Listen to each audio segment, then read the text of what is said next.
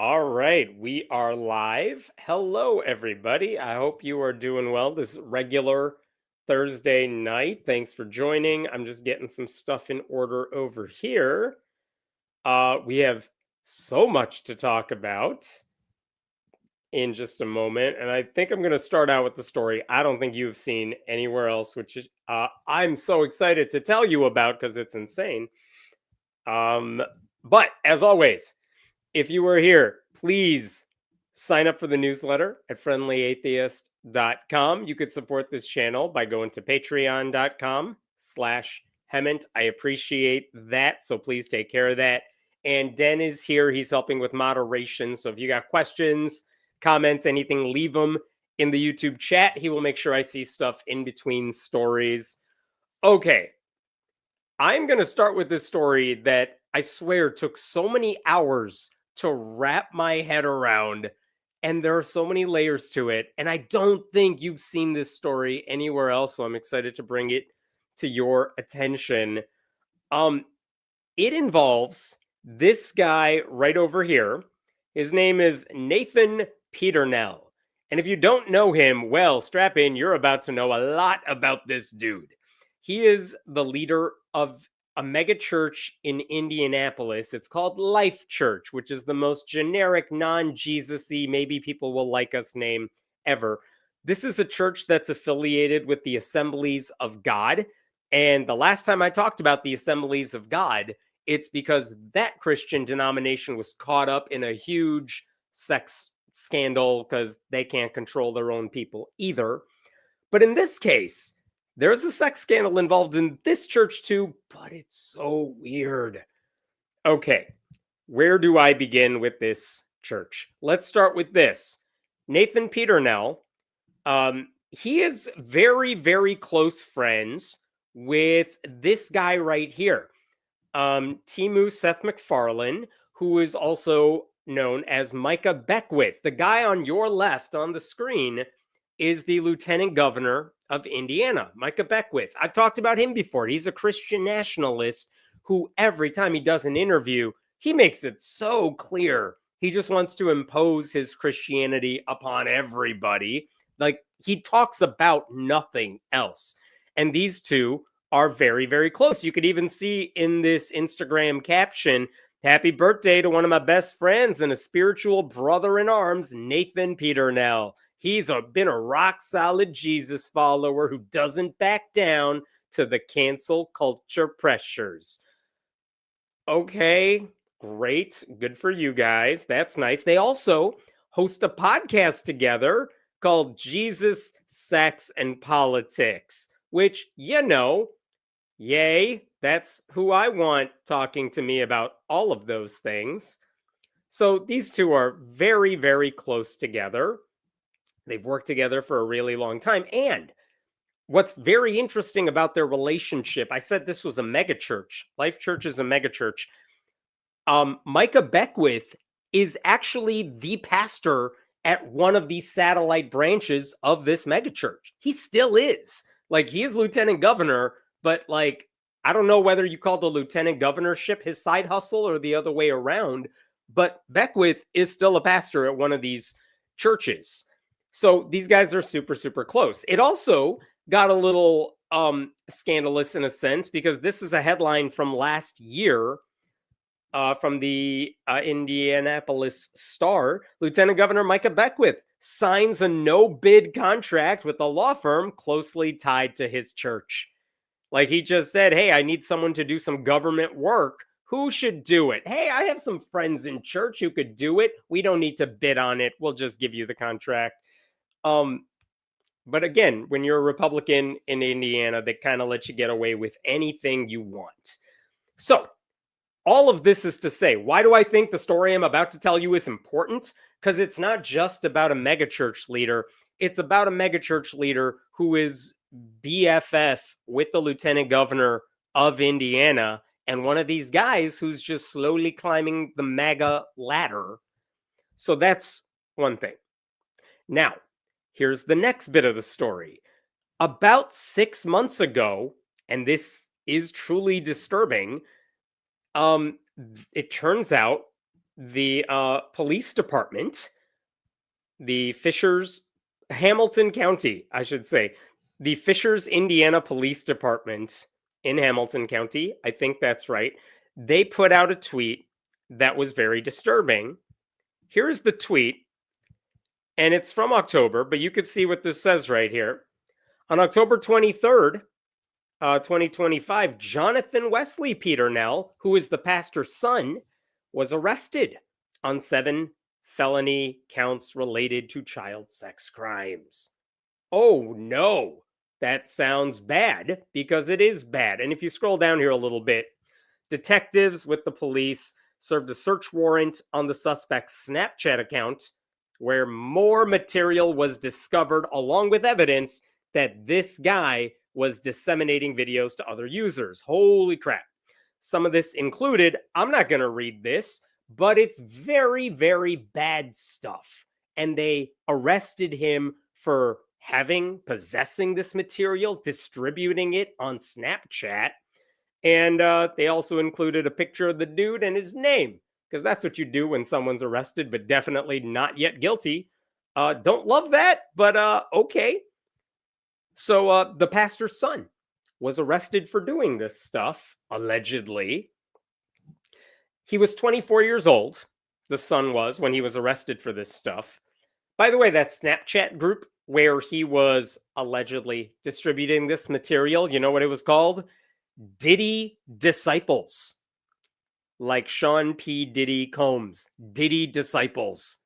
Yikes. Ugh. Don't love that either. And apparently he had more material on the computer back in his house. Okay. So after the arrest happens in October, the church releases this statement at the time.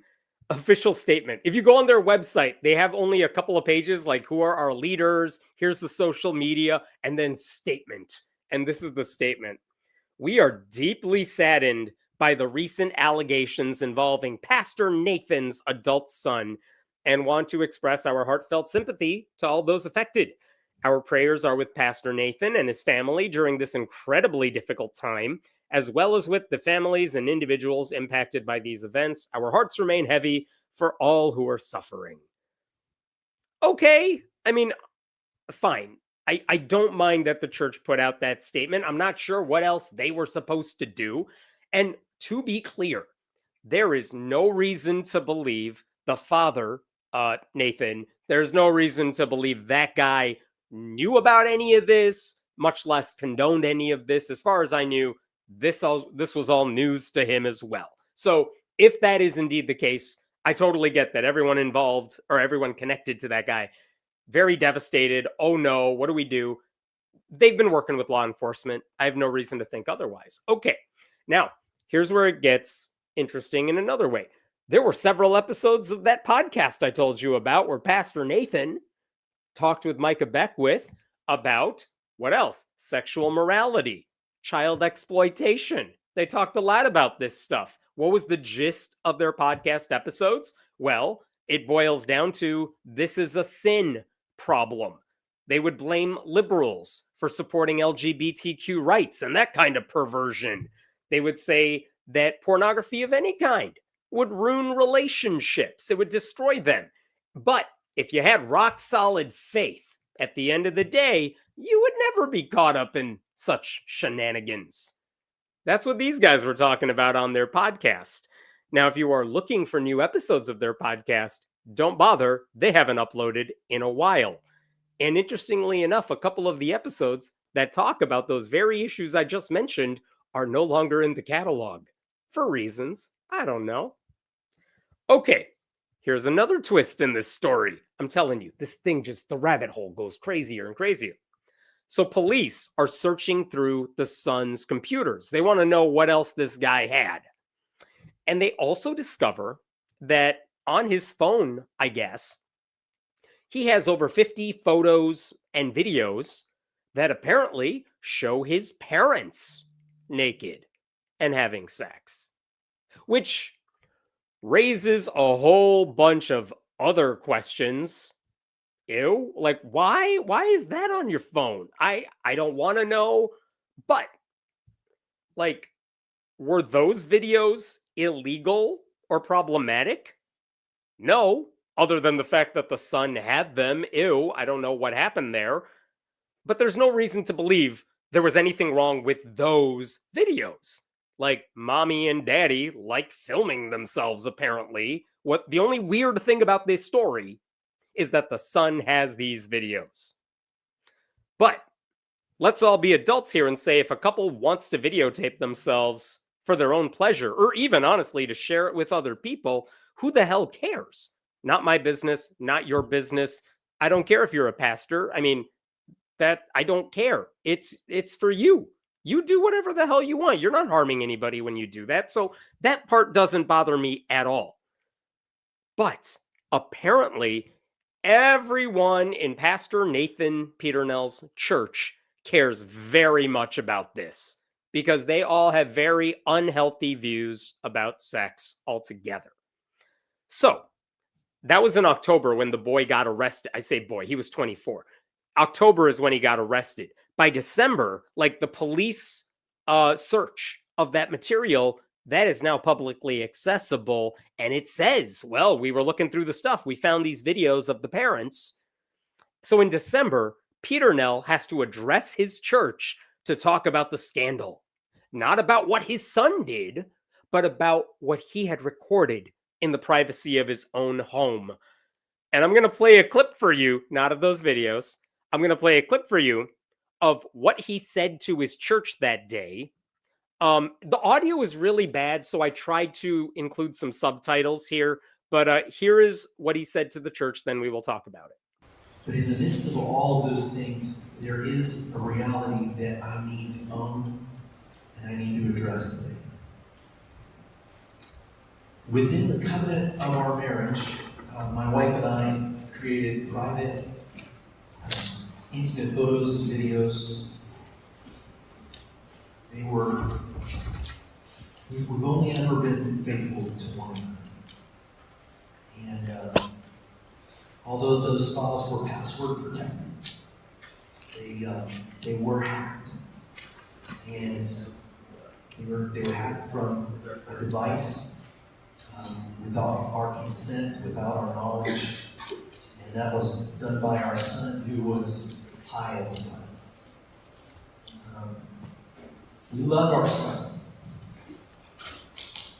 We forgive him. And we have not abandoned him. We pray for him. Constantly trying to encourage him. But the consequences of that action has caused deep pain. And the fact that those things existed has caused in a lot of people some hurt and some confusion and also some offense. And for that, I am deeply sorry. I want to apologize for that pain that it has brought to this church, to our community that we so treasure. Okay, so in case you missed that, he's basically saying, yeah, we did make those videos and take those photos. They were on a password-protected part of my computer, but my son, who was apparently high at the time, hacked into my stuff and got access to them. If it's password protected, I don't know how your son hacked into it. Like, how good of a hacker is this kid? And if he's high, is he smarter to be able to hack into this stuff? I don't know. I'm not a hacker. I don't get high. I don't understand how that works. So, whatever. Let's suppose that's true. In any case, he later, in a separate part of that sermon, he told the church, don't worry, y'all, everything has been deleted. Which, okay, I don't care. I don't care about this dude's personal videos with his wife, right? So, just to recap where we are at here. Nathan Peternell's son did something, allegedly, very, very horrible. Okay, the apology he gave at church was about the consensual stuff he filmed within the sanctity of his marriage. Videos no one needed to know about, videos he was not sharing with anyone else, and videos that I don't think he had any reason to apologize for. Now, when that started coming out back in December, and he makes that apology video, now people are like, this guy has a very unhealthy relationship with sex. And they were saying this before he did that apology, but this all kind of started snowballing around the same time. There is a website, 24 Site News, and it's run by a guy named Tom Lobianco, who's done amazing research. He's been writing about this story for such a long time. But one of the people he talked to was a woman who used to go to this guy's church, and he said, this guy's been like prying into my sex life for a long time, and he did it when I was a teenager, underage teenager. And this is one of the things this woman said at the time. When Peter Nell was 39 at the time, he was doing marital counseling because, let me just back up for a second. He's the pastor of this church. A new couple walks into their church and they're newly married or about to be married. The girl's 17 at the time. That apparently doesn't raise any red flags or anything. But he says, if you want to get married at our church, you got to go through premarital counseling with me. So this new couple, new to the church, they go for counseling with Peter Nell. And this is what this then 17-year-old girl said that the first session would deal with establishing trust.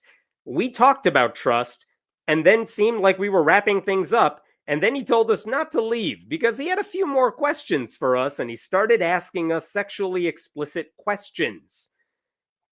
Peter Nell asked in graphic detail about their body parts and what they did with each other, she said.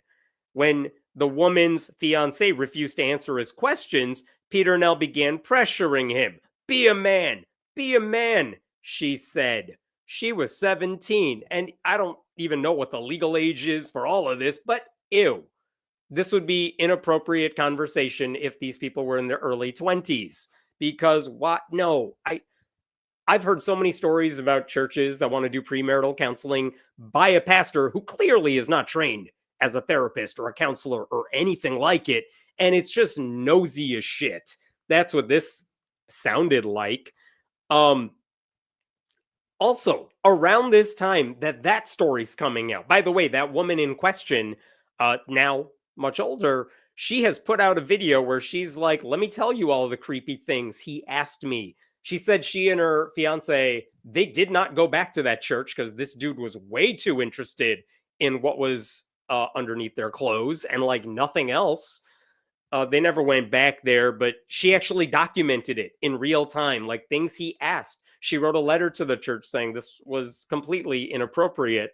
And when that was going public, shortly after the son's arrest, guess what Micah Beckwith, the lieutenant governor of Indiana, did? Well, he did his gig as pastor of one of the churches, and this is what he said to the church around this time. Beckwith, who serves as the head pastor of Peter Nell's Noblesville campus, and the state superintendent of the Assemblies of God, Chad McAtee, appeared to address the revelations of abuse for the first time Sunday by telling churchgoers that the enemy is spreading lies. Great. So just gaslighting everybody here. So I just wanted to bring that one to your attention. Other things you should know that I learned from 24 Site News, which again has been covering this story for a while. When other people also came forward and said, yeah, this dude asked us very inappropriate questions. Peter Nell ran a youth group back in the day. Guess what it was called? His youth group that he formed at church was called Stormfront. And maybe you're thinking, wait a minute, that's the name of a neo-Nazi organization. Yeah, that's right. He knew that. He did not care, apparently. Some of those members said his behavior amounted to grooming. But in any case, one of the girls who had to go through counseling with Peter Nell, also, and it might have been the same one I just mentioned, she said that he asked whether she orgasmed with her partner if her breasts had to be touched in order for her to climax, if they use sex toys. She's 17. Also, why? Why is this what you are asking this couple during your premarital counseling sessions?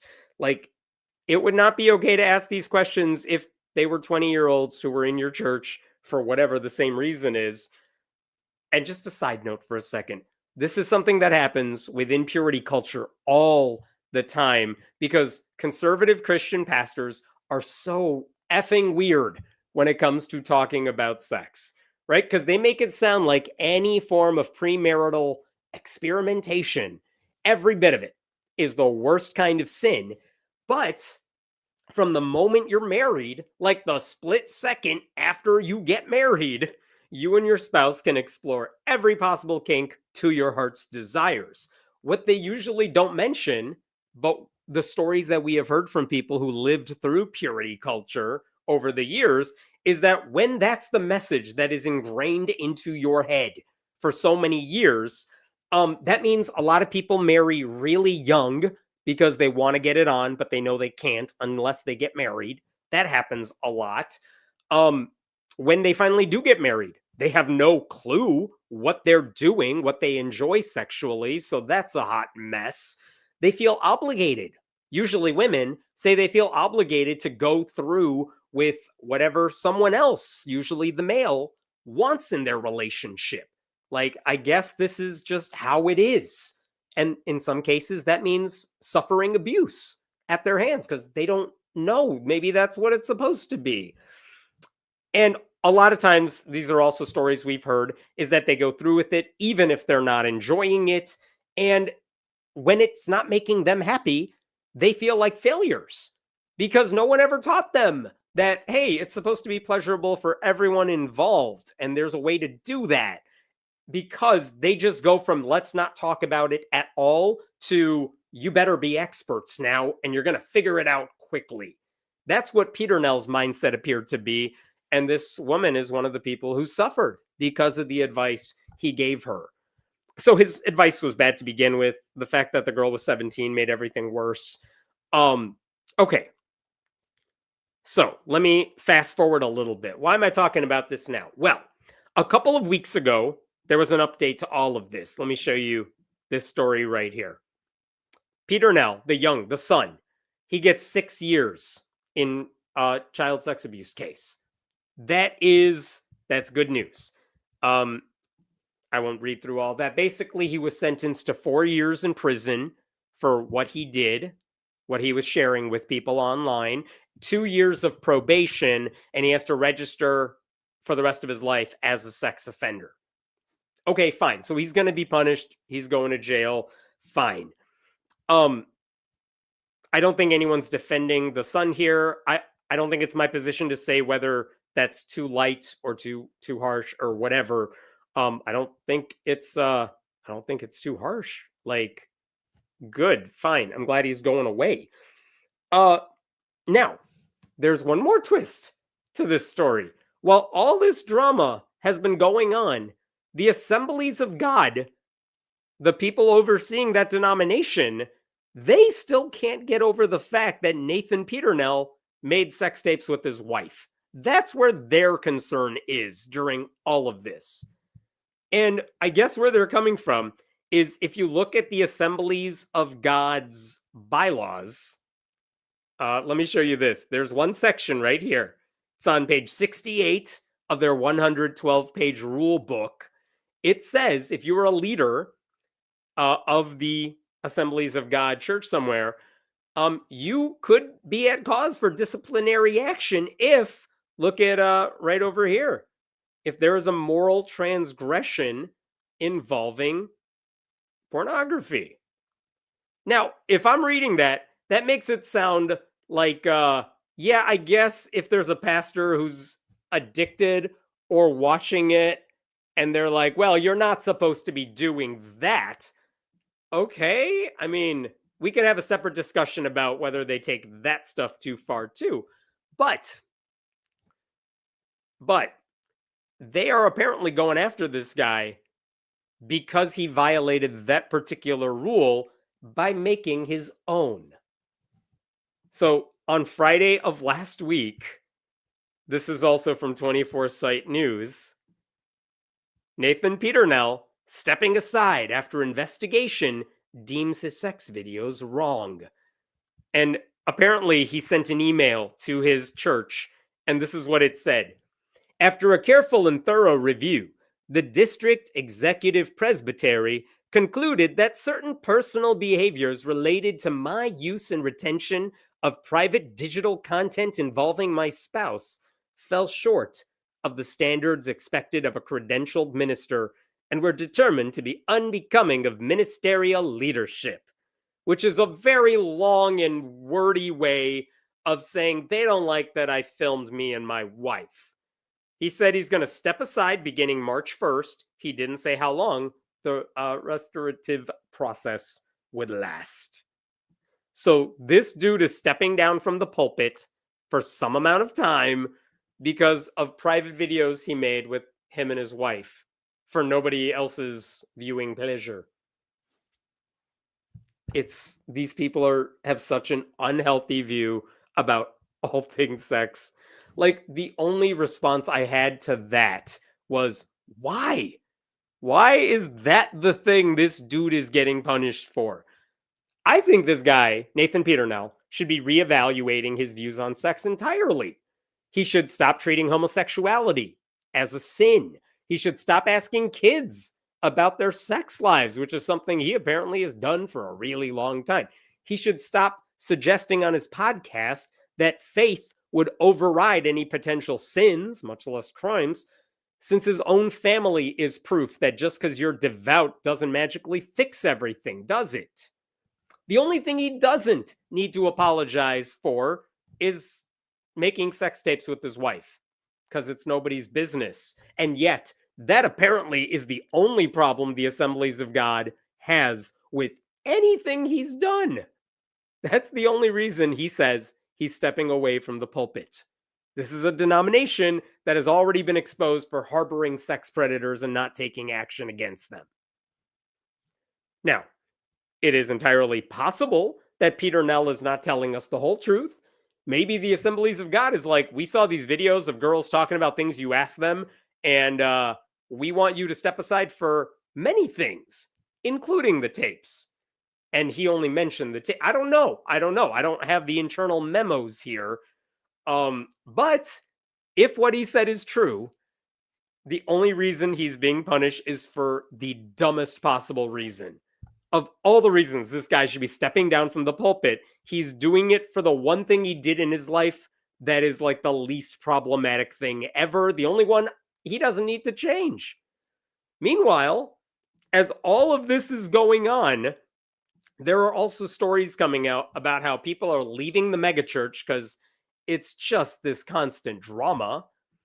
Pastors are resigning from his church, not Micah Beckwith, but other ones.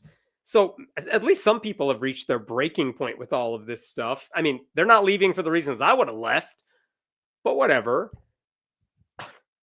This could have been a story about a pastor apologizing for his son's crimes and acknowledging that their faith didn't do anything to prevent any of that stuff. He could have admitted that the sort of crimes his son committed do not stem from being gay or trans, and they are not stopped by being Christian. Instead, his own sex life got caught in the crossfire because this denomination has a completely unhealthy idea of what sex of any kind ought to look like. So this dude has to repent, even though he personally did not harm anybody, at least through the tapes. In other ways, absolutely. But like, he deserves to be punished for all the rest of that stuff. Traumatizing children, not paying closer attention to his son, forging an alliance with Beckwith. That's way worse than anything else. But he's only being punished for, I guess, having consensual sex with his wife and wanting a memento. Like, in any sane ethical framework, that stuff is not a sin. It's not even a scandal. It's honestly nobody's business. I should not know about any of this. But when you live in the warped moral ecosystem of purity culture, even consensual intimacy becomes punishable if it's not done by the book. Jesus didn't film himself having sex, so why are you doing it?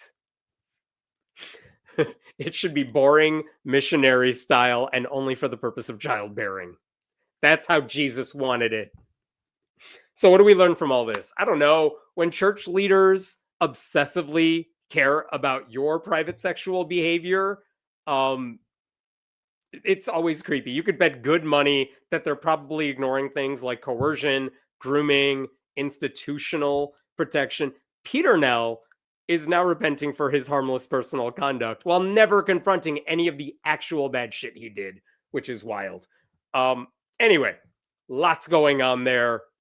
I will leave it at that. I had to think about this for hours, and now I'm going to make you think about it for a while.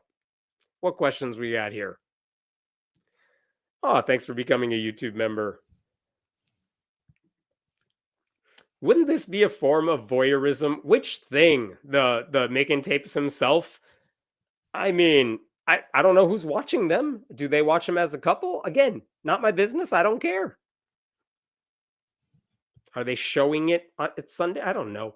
Who cares? They were two consenting adults. These people. Yes. My thoughts exactly. That's another thing. 18 and 19-year-olds are legally adults, but still technically teenagers. I find that weird. Yeah, I don't love it when they have to go into the pastor's office for premarital counseling, because it's always about the creepiest shit. Pastor did not develop a healthy relationship with sex, it seems. Pretty sad, very preventable. Do you remember I made a video, it might have been well over a year ago, where a purity culture advocate, the girl defined people, they were interviewing a couple that teaches Christians about sex. And the story they told was about how the man's wife, who was also in that interview, did not know for years very basic stuff about sex. And those are the experts who are teaching others about it. It's never a sane conversation. And yet Jesus rarely mentions sex, right? Like, never talked about, I mean, who knows what he did in the cave for 3 days? I don't know. Oh, thank you. I appreciate that birthday wish. It was yesterday. I spent it doing nothing, and it was lovely. All right, I'm going to jump to another story. Give me 1 second here.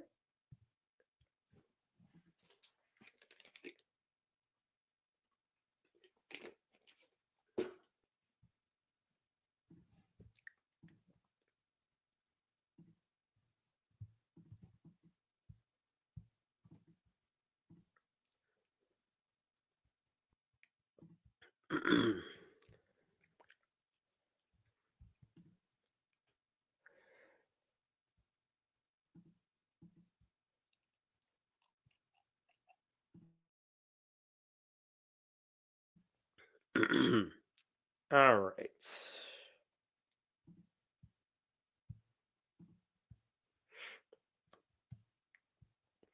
Okay.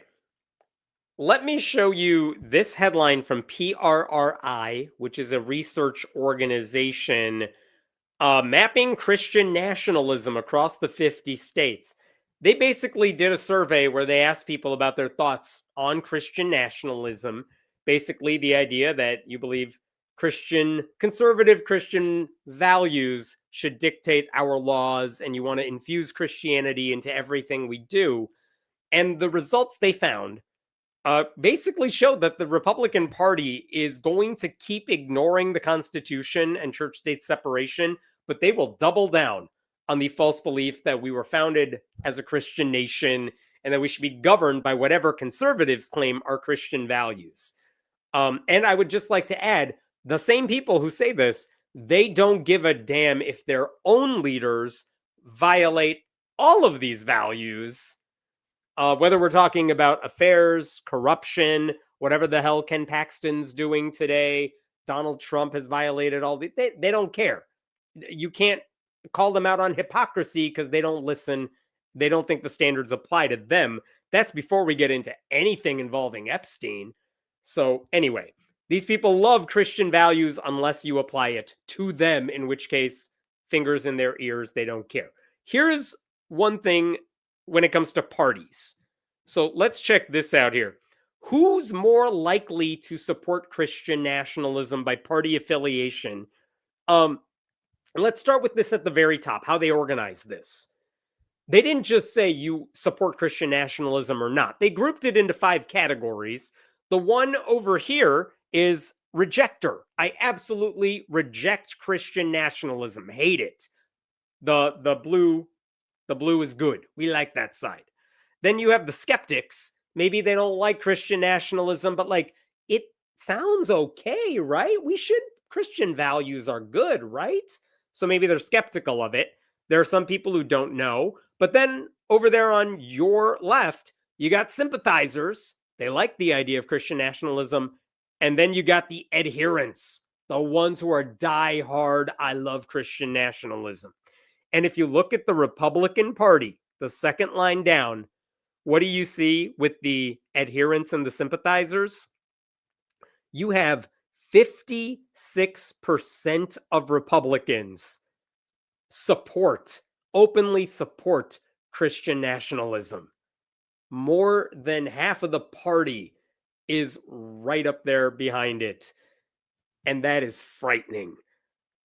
Right? Like, that means conservatives, that means the Republican Party very much is now catering to just the most extreme group of religious extremists at this point.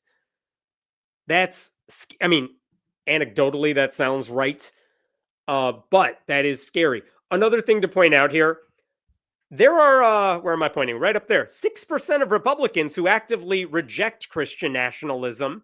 And it's like, well, that's nice. Why are you a Republican then? Because they don't care what you think. And also, if you look down here, 5% of Democrats are like full-blown Christian nationalist adherents too. Why? What is happening there? I know this happens in every survey where you have like the 2% of atheists who are like, I believe in God. It's like, I think you're confused about something. Those people are always out there, whatever. But by and large, you could see Republicans are a Christian nationalist party. Now, here's another question. Where are they? What media do they watch? Who's more likely to support Christian nationalism based on the media they consume? And this is interesting too. Among people who watch Fox News, right over here above my head, Fox News, okay, no surprise there. What is that? 55% of Fox News viewers are Christian nationalist supporters. But look at the row right above that. Then you got the far right news. Apparently, if Fox is too liberal for you because you like your Newsmax and the like, among those people, it's 65%. Like, though even extremists, Christian extremists, have found their news channels. Yikes. If you listen to talk radio, then you're also more than 50% likely to be a Christian nationalist supporter. And then, where do you find the sane people here? Well, if you don't trust the news, trust other news sources. If you watch YouTube or listen to podcasts, you are less likely to be a Christian nationalist supporter.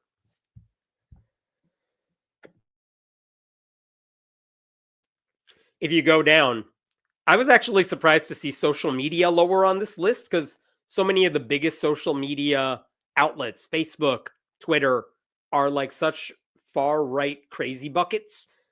And yet, if you get your information from social media, you're apparently less likely to be a Christian nationalist. And if you know how to read, and you like to read because you can handle words, more than a couple hundred characters of words, then you're definitely less likely to be a Christian nationalist. I guess what this is saying is, if we could get America reading again, we would be a much smarter country. So that is interesting as well. Here's another thing I found really interesting. The Bible Belt is going to have its share of Christian nationalists too. But if you look around the country, where do you find the biggest percentage of Christian nationalist supporters? And there's a couple surprises on this list. Like, Arkansas is the state with the biggest percentage of Christian nationalist supporters. 54% of people in Arkansas support Christian nationalism.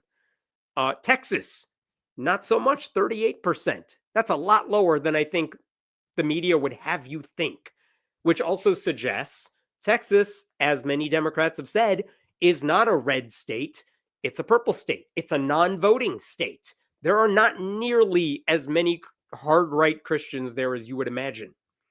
I know it's hard to see the rest of this map, but like, which state do you think has the lowest percentage of Christian nationalist supporters?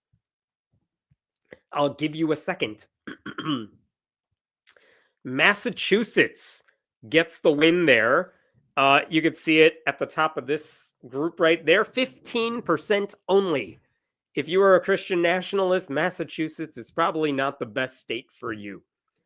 And there's one more thing to show you here. How does this play into their politics when it comes to policy and violence? Look at this question.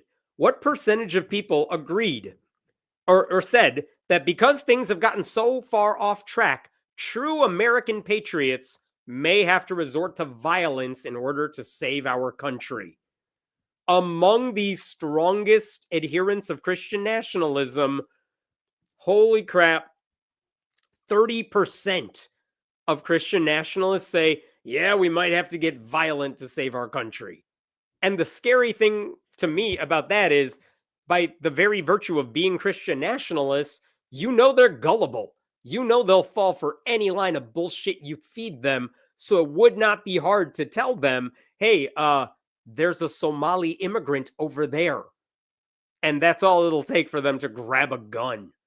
Like, that is frightening to think about. Obviously, people who reject Christian nationalism also tend to reject political violence, because of course we do, because we're not crazy people. So, also interesting. Is there anything else to show you here? I think there was one more thing here. Oh, yes. Here's the question. Do you think President Trump is, number one, a strong leader who should be given the power he needs to restore America's greatness? Or do you think he is a potentially dangerous dictator whose power should be limited before he destroys American democracy? Well, how did that go down? Among Christian nationalist adherents, right up there, my God, 73% of Christian nationalist adherents were very supportive of the idea that we need to make Trump a dictator. He needs more power. Let him do whatever he wants. He's a king, right? We like kings in this country. Meanwhile, if you reject Christian nationalism over here, then yeah, you want to limit his power. Not to do anything you wouldn't do for any other president, but because presidents are inherently limited in what they can do. That's by design. So, Christian nationalism is really bringing out the worst in so many people. And what boggles my mind is those people, they're Christian nationalists because they claim they love America. They want to bring it back to its founding, what the founders would have wanted, which is Jesus, apparently. But in the process, they're trampling over the Constitution itself.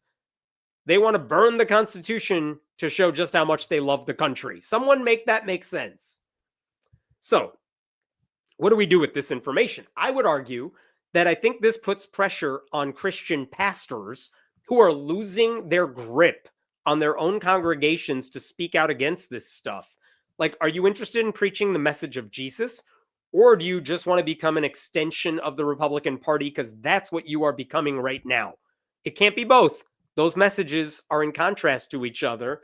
And if pastors are unwilling to call out the cruelty being done in the name of their faith, and many of them have, and credit where it's due, they have so many opportunities to call it out under this administration. If you can't bring yourself to do that because you think it's off-brand or off-message or whatever, guess what? You deserve to have your religion hijacked by political extremists who love waving around a Bible they've never read. But I also think this data shows us that there are so many more of us who reject it entirely. And we need to band together to defeat the scourge of Christian nationalism because it's the best option for everybody, including Christians. And that means filing more lawsuits against this administration in coordination with groups we may not agree with on a lot of other things. It means voting for candidates who take strong stances against Christian nationalism or using religion as a weapon. That means defending Muslims when they're being persecuted by the Trump administration. That means demanding politicians who don't talk about this stuff pick a damn side. James Tallarico did it when he did his censored interview with Stephen Colbert a week ago. He said Christian nationalism is not Christian in any way, and rejecting Christian nationalism is not anti-Christian. You can be a person of faith who opposes what ignorant bigots do in the name of your God. And the irony in all of this is that America in the past several years has become more diverse, less religious than ever before. That's why I think Christian nationalists and the extreme supporters of it are clinging to power any way they can. They are losing their grip, so they're trying to control whatever they can. They'll do whatever they have to do. If that means destroying the Constitution, so what? They don't care about that. Like, they will give up anything they need to give up that they don't actually care about.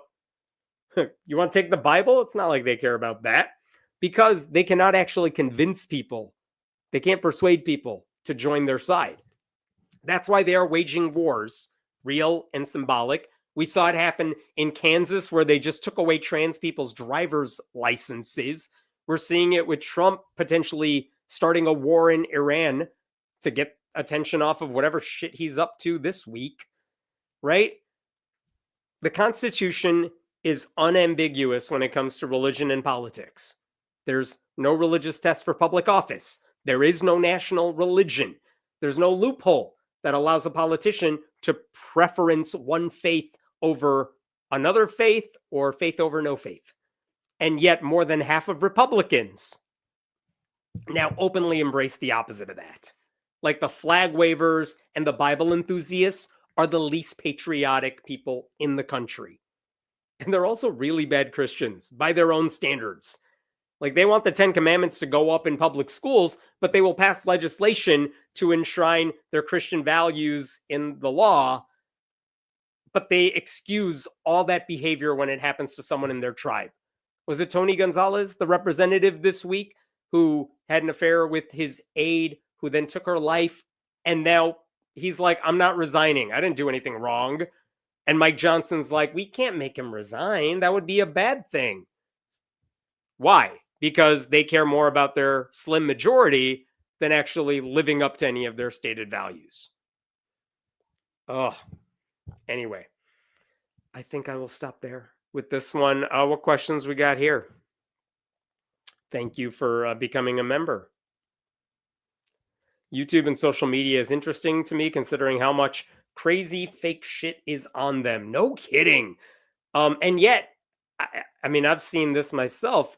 For people trying to get out of progressive ideology, YouTube and social media are among the only places left to do it, because you don't have the airwaves, you don't have talk radio. So it may be the only option we have left right now.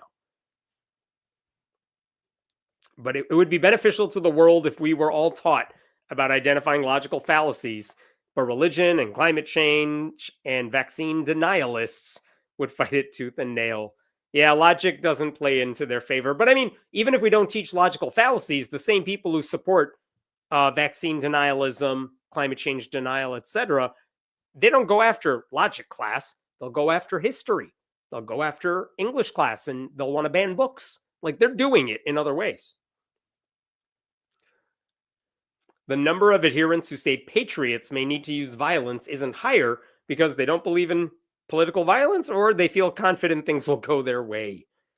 Yeah, that's a scary thing to think about too. You don't need violence if you rig the elections, right? Like, that's what Trump seems to be relying on right now. What if we pass a bill that makes it harder for some Democrats to vote? Then we don't need to be violent. We may be politically polarized, but we're not evenly split. Many more of us favor democracy over Christian nationalism. That is accurate. There are more of us than them. We just need to get out and vote in record numbers for good candidates. That starts with the primaries, by the way. I already voted in Illinois. Our primary doesn't end for a couple more weeks still. If you're in Texas, go vote. But do it now. Do it early. Get it done with and locked in. Do not wait until election day. All right, I'm jumping to another story. Give me a moment.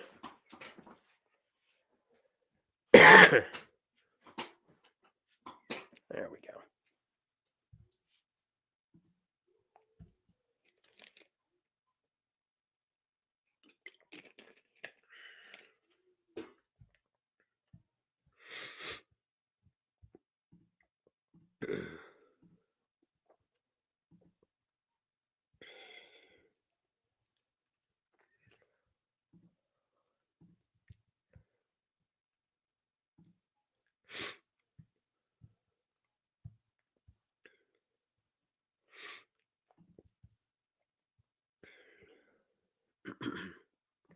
All right.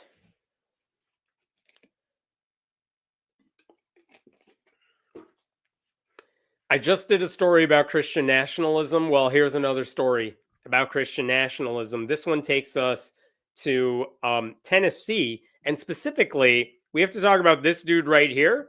His name is Gino Bulso. He is a state representative in Tennessee, and he just filed a bill this year, and Tennessee Republicans are now advancing this bill.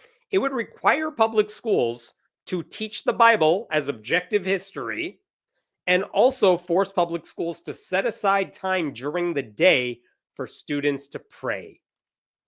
And they say this is about restoring religious freedom in schools.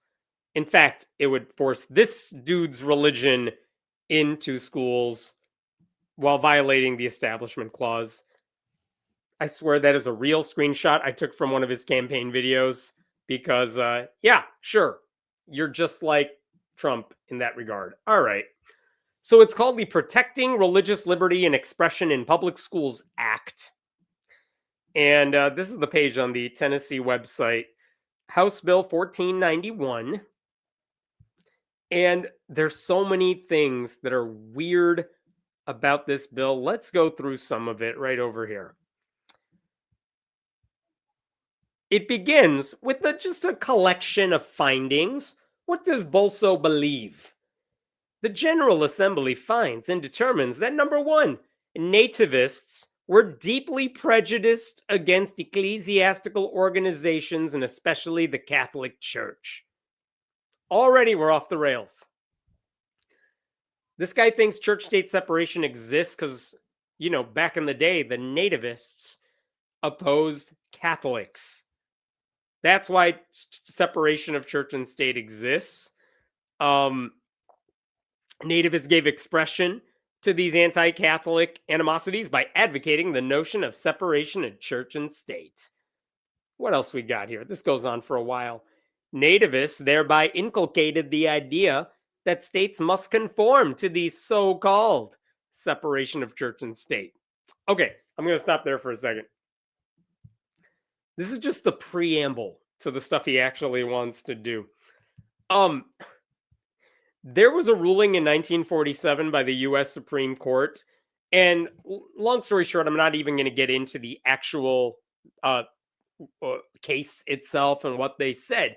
But writing for the majority in this case, Everson v. Board of Education, one of the justices in 47, Hugo Black, he said at the time the Establishment Clause was intended to erect a wall of separation between church and state.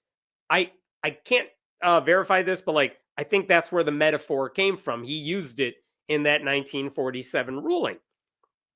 Well, what does it say in this bill about that case? Look at number 7. The Supreme Court of the United States in 47, in an opinion written by Justice Hugo Black, a former Klansman, incorporated the First Amendment's Establishment Clause against the states and interpreted it to require separation of church and state. You guys, he was a Klansman. We can't listen to him. Wait till I tell you how many slaves the Founding Fathers had. What else does he say here?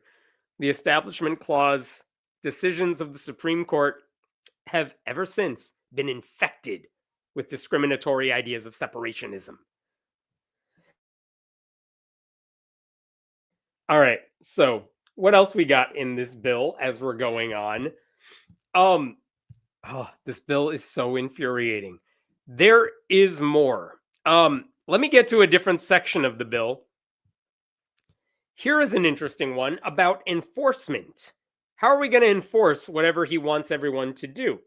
Well, he says a state officer or employee, so a teacher, a principal, they may enforce the separation of church and state doctrine or the Establishment Clause only as necessary to comply with a judgment entered by a court against that specific person or whatever, or a directly on point ruling from the Supreme Court.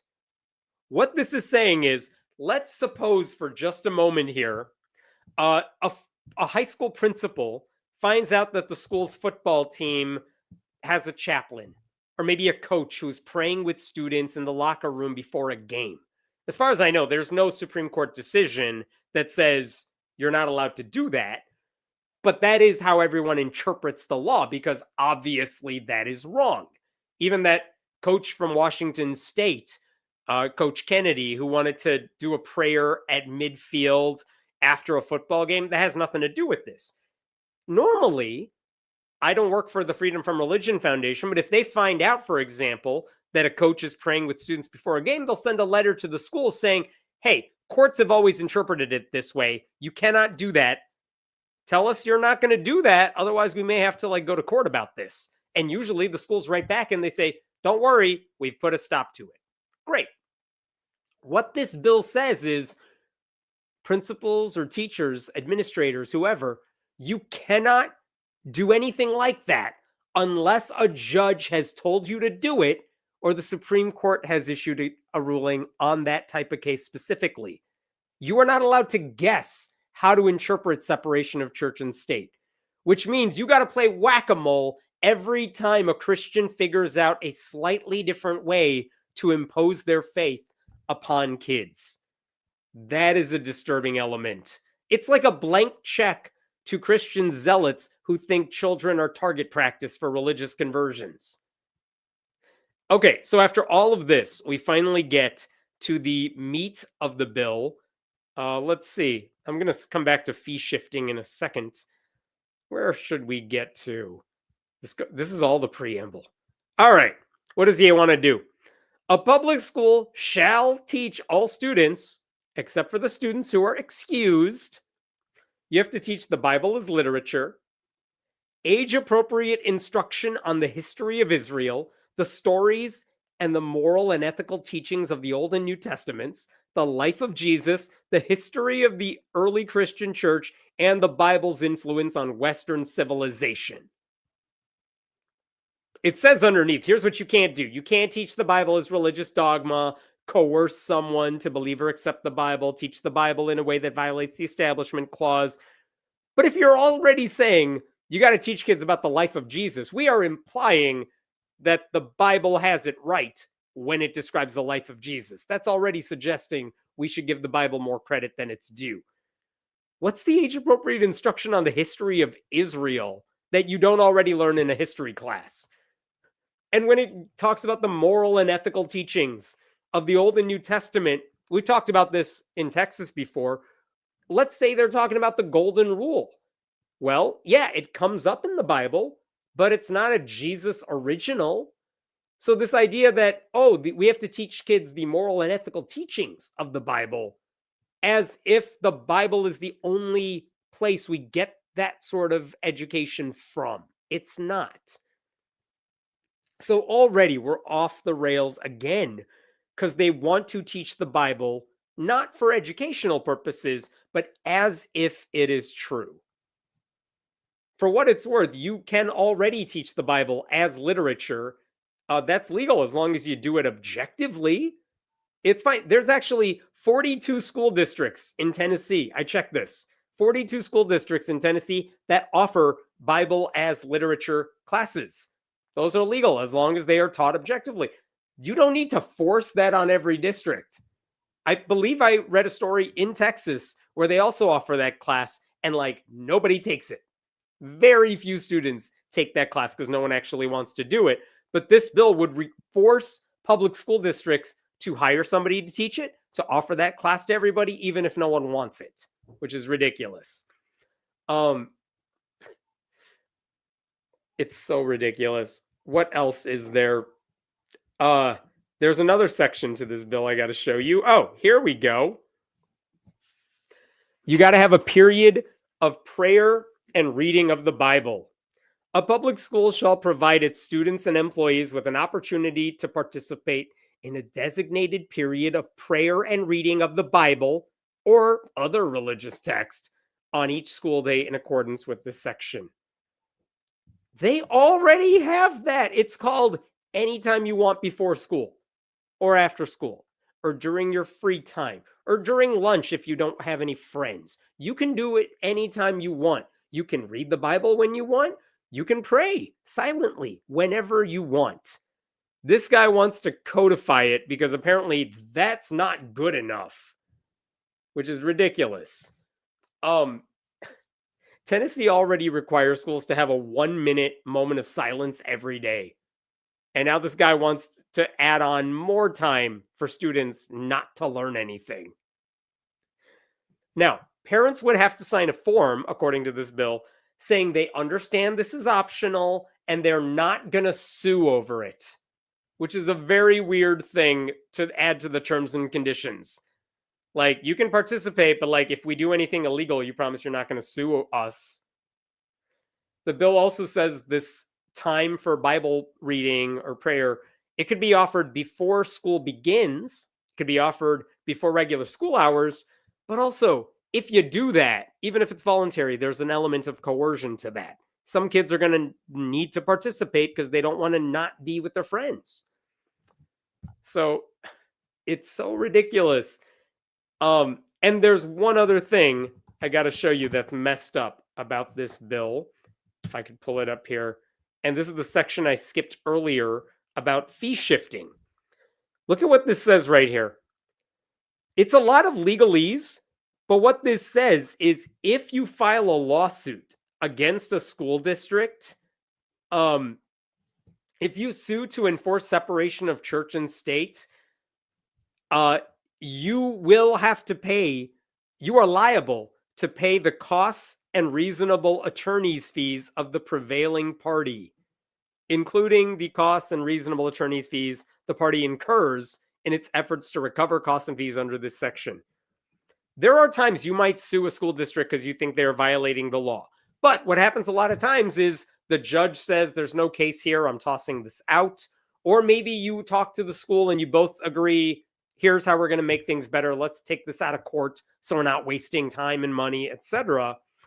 But this says that you would have to pay the other side's legal fees, and they would also have 3 years to sue you to collect that money. This is basically a poison pill in the bill that would make it harder for anybody to sue any school district for violating church-state separation unless they have some kind of outside help. The only reason you include that provision is to deter people from filing a lawsuit over a violation of their civil rights. It's ridiculous. And there's also one more section of the bill that says students can sue their schools for not doing enough to allow them to promote the Bible. Let me see if I could pull this up here one more time. Here we go. Right over here. Civil action for non-compliance. Any student of a school that fails to comply with the requirements of this part, and any parent or guardian of such a student has standing to bring and may bring a civil action against a school if they're not doing enough to promote religion, basically. And they could win a lot of money. And basically, this creates an environment where schools would be pressured to offer more religious programming to make sure they are not running afoul of this law. So, to summarize, where are we at with all of this? This bill challenges the legitimacy of church-state separation, makes it harder for school officials to enforce the law that already exists, It requires schools to promote Christianity during the school day. It makes people waive their legal rights before participating in school prayer. It discourages lawsuits that are meant to protect church-state separation. And it encourages lawsuits against schools that are not promoting religion enough. And the guy who's pushing for this, Gino Bolso, you know what he's famous for in Tennessee? A couple of years ago, he was the biggest ardent defender for first cousin marriage. There was a bill to end marriage between cousins, and he's like, not so fast. I like it. Doubles down for first cousin marriage. Yeesh. So, that's what Gino Bolso is up to. I will say there is a group that's raising questions about this bill. The advocacy group United Volunteers of Tennessee raised questions about the bill, saying all of these requirements would infringe on parents and families' long-settled constitutional rights to guide their children's religious development.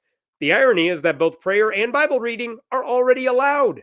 A student may read the Bible during free reading times or pray at any time without the need to be codified in law. Absolutely true. This is all about pushing Christianity. It's not subtle. That is what they're doing. I will also show you. Oh, this is a nice quote from Alita Ledendecker, who is an atheist in East Tennessee. This is a religious move. This is in order to get that sense of Christianity, Christian practices into the school. This is not even a veiled attempt at trying to force Christianity onto all the students in Tennessee. This is just an overt attempt. And interestingly enough, last month, Gino Bolso was pushing for this bill. He wrote this op-ed in a local newspaper. Look at what the headline is. Restoring voluntary prayer in schools honors our constitutional heritage. Voluntary prayer in schools has always been allowed.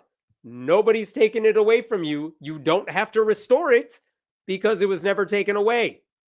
It's still allowed, even in blue states.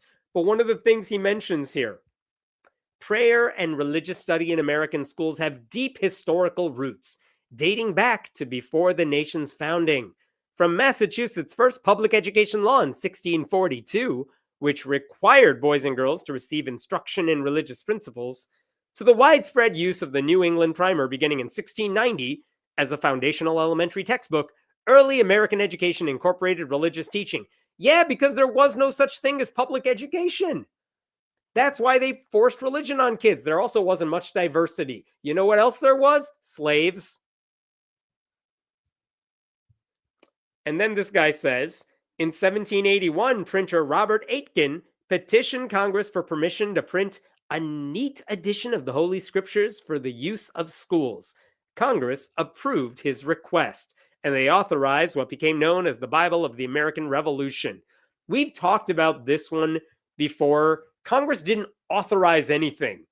Like, they basically said, oh, you want to print something? Yeah, I guess you could use the printer in the back. Go for it. It's not like they were like, yeah, this is the official history of the United States. And a lot of this, if you have to go back to 150 years before the nation even began to argue that we should be doing this at a time when there was no real religious diversity, before we had working toilets, before civil rights existed, then you've already lost the argument. So, I think there was one more thing I wanted to show you here. Oh, here's a newspaper article from earlier this month. Here's Bolso again, trying to defend this bill. We had prayers in schools from the founding of the country all the way up until 1962. Stop. That's a lie. Prayer in school did not go away in 1962. The Supreme Court just said you can't force like Jewish kids to say Christian prayers. So like no mandatory forcing religion down kids' throats. That's it. No one ever stopped prayer. Anyway, so he's lying because he's a conservative Christian. That's what they do. Since prayers have been removed from schools, which hasn't happened, I think you could see the social decline that we've had. He cited, in defense of that, the abortion rate, a failing marriage rate, and an increased divorce rate. saying such social ills did not exist when children were permitted to pray in school. They are permitted to pray in school. Oh my God, this liar. Also, this guy wants to force kids to have their rapist babies, but he's like, oh, if they have control over that, we've lost our way as a nation. A failing marriage rate and an increased divorce rate. This guy would rather, my chair is falling. This guy would rather see people in broken marriages, potentially abusive marriages. He wants to force them to be together against their will. And he thinks giving them the option to step away from a bad situation shows that we've failed as a country. Meanwhile, he's like, you know who should be allowed to get married? Cousins. That's Tennessee Republicans for you. By the way, abortions occurred before 1962.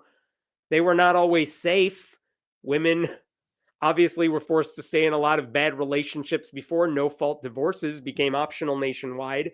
But these type of bills are being passed.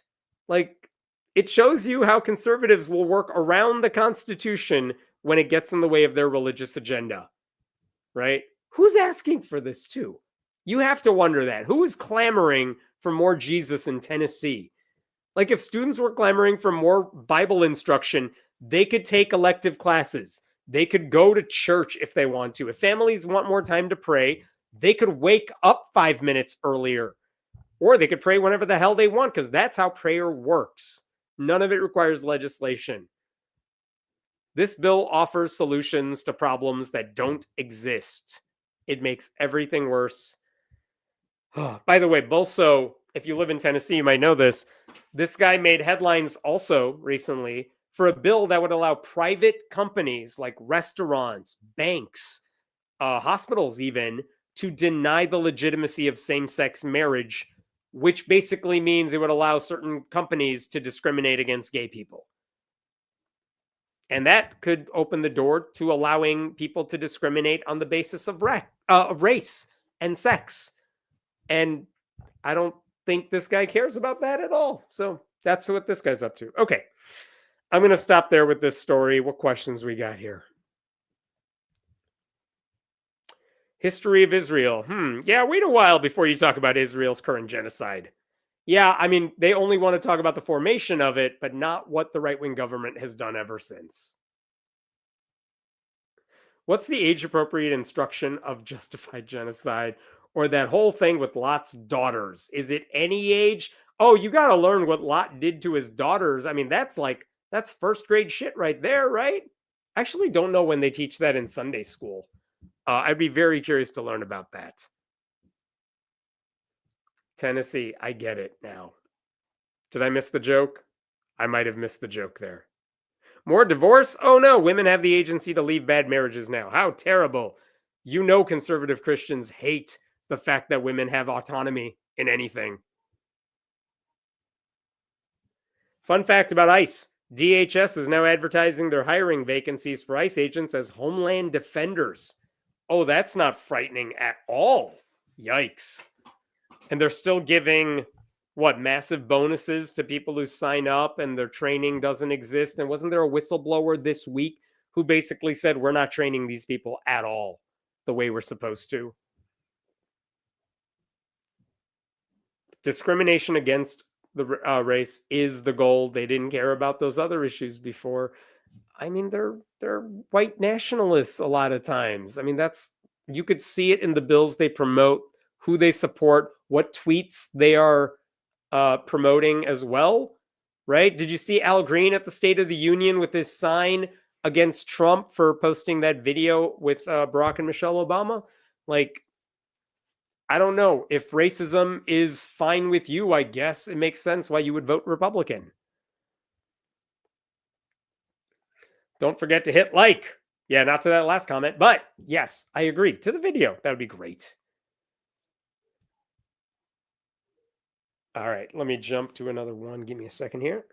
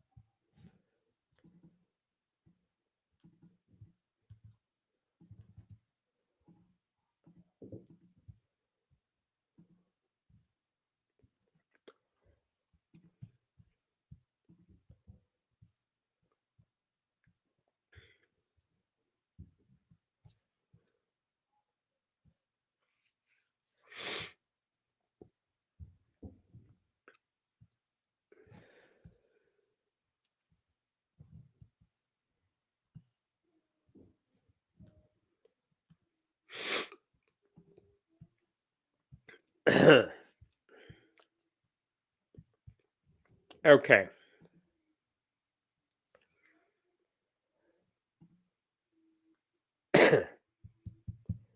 This is frustrating, but it's an update on one of those 10 Commandments laws that's gone and happened in many states now. Basically, in Louisiana, they passed a law to put the 10 Commandments posters up in public schools everywhere. Texas has passed a law just like that. Arkansas has passed a law just like that. And in all three of those states, lawsuits were filed. Judges said, you're not allowed to put the 10 Commandments posters up. That's totally illegal. And then those were appealed, and we're still waiting for all this to play out. Well, there was a big update to that very recently because the Louisiana law, a judge at the district court level said, of course, the posters are illegal. At the appellate court level, a panel of justices at the appellate court said, yeah, that's definitely illegal. But then the full Fifth Circuit, like the entire group of judges there, said, hey, we know our colleagues said that was illegal, but we'd all like a crack at this. So let's have the full Fifth Circuit look at this. They just decided 12-6 that they're going to overturn their colleagues' earlier decision. And the crux of this issue is that when the initial judge ruled on this case, none of the posters had gone up yet because school hadn't started. And the judge said, well, I don't need to wait for the law to go into effect because the law says the 10 Commandments posters have to look like this. So we know what they're going to say. We know what they're going to look like. And based on that, I'm saying it's totally illegal. What the 12-6 court is now saying in the Fifth Circuit is that you ruled on that a little too early because all of the parents who filed the lawsuit there, their kids didn't actually see the 10 Commandments posters. So they can't really say they were offended by it or it violated their religious beliefs. We don't even know what the posters looked like. We haven't seen it yet. Like, let me show you what they wrote here. This is how ridiculous this argument is. Yeah, check this out. We do not know, for example, how prominently the displays will appear. What other materials might accompany them, or how, if at all, teachers will reference them during instruction. More fundamentally, we do not even know the full content of the displays themselves. Although the statute requires inclusion of the commandments and a context statement, it expressly permits additional content, like the Mayflower Compact, the Declaration, the Northwest Ordinance, to appear alongside them. Yeah, it allows for those to be up there, but you don't have to put those up. That was kind of the point. If you say the Christian thing is mandatory, but everything else is optional, you're kind of proving the point that this is all about elevating Christianity, aren't you? So why do we have to wait for the posters to go up? And later on, in the majority's ruling here, they say one other thing. Asking us to declare here and now, and in the abstract, that every possible 10 Commandments display would violate the Establishment Clause would require precisely what an earlier ruling forbids: the substitution of speculation for adjudication. You know they're right because they're using big words. It would oblige us to hypothesize an open-ended range of possible classroom displays and then assess each under a context-sensitive standard that depends on facts not yet developed and indeed not yet knowable. Oh my God, these dumbasses. So this is a 46-page decision basically saying the families aren't allowed to sue because they haven't even seen what the posters look like yet. How can they know their religious beliefs are going to be offended by all of this when they haven't seen the signs yet? And the thing is, we know what the posters are going to look like. We know the size of the posters. We know what the wording has to say. When the Fifth Circuit panel ruled on this earlier last June, the judges said the text of the law provides sufficient information for a fact-intensive and context-specific analysis. The Republicans already said what they want to do. Why are we waiting for the posters to go up? It is also one of the judges who ruled in that earlier I'm going to screw this up. Let me say this again. One of the judges who said it was illegal last June, he was part of this full Fifth Circuit decision making as well. Let me show you what he said. I conclude that permanently posting the 10 Commandments in every public school classroom without curricular incorporation and with compulsory attendance violates the Establishment Clause. Our court avoids confronting that conclusion only through procedural artifice. I dissent. Which is absolutely right. One of the things that these judges are talking about is that when the Attorney General of Louisiana, her name is Liz Murrill, she held a press conference where she said, I don't know why anyone's suing over this, because all we said is you have to include the 10 Commandments in the posters that go up. They could look like anything. And then she had examples of what these posters could look like. Let me show you a couple of them. These were her posters. They were listed in her press conferences. She showed them in her press conference, and she included them in her response to the courts.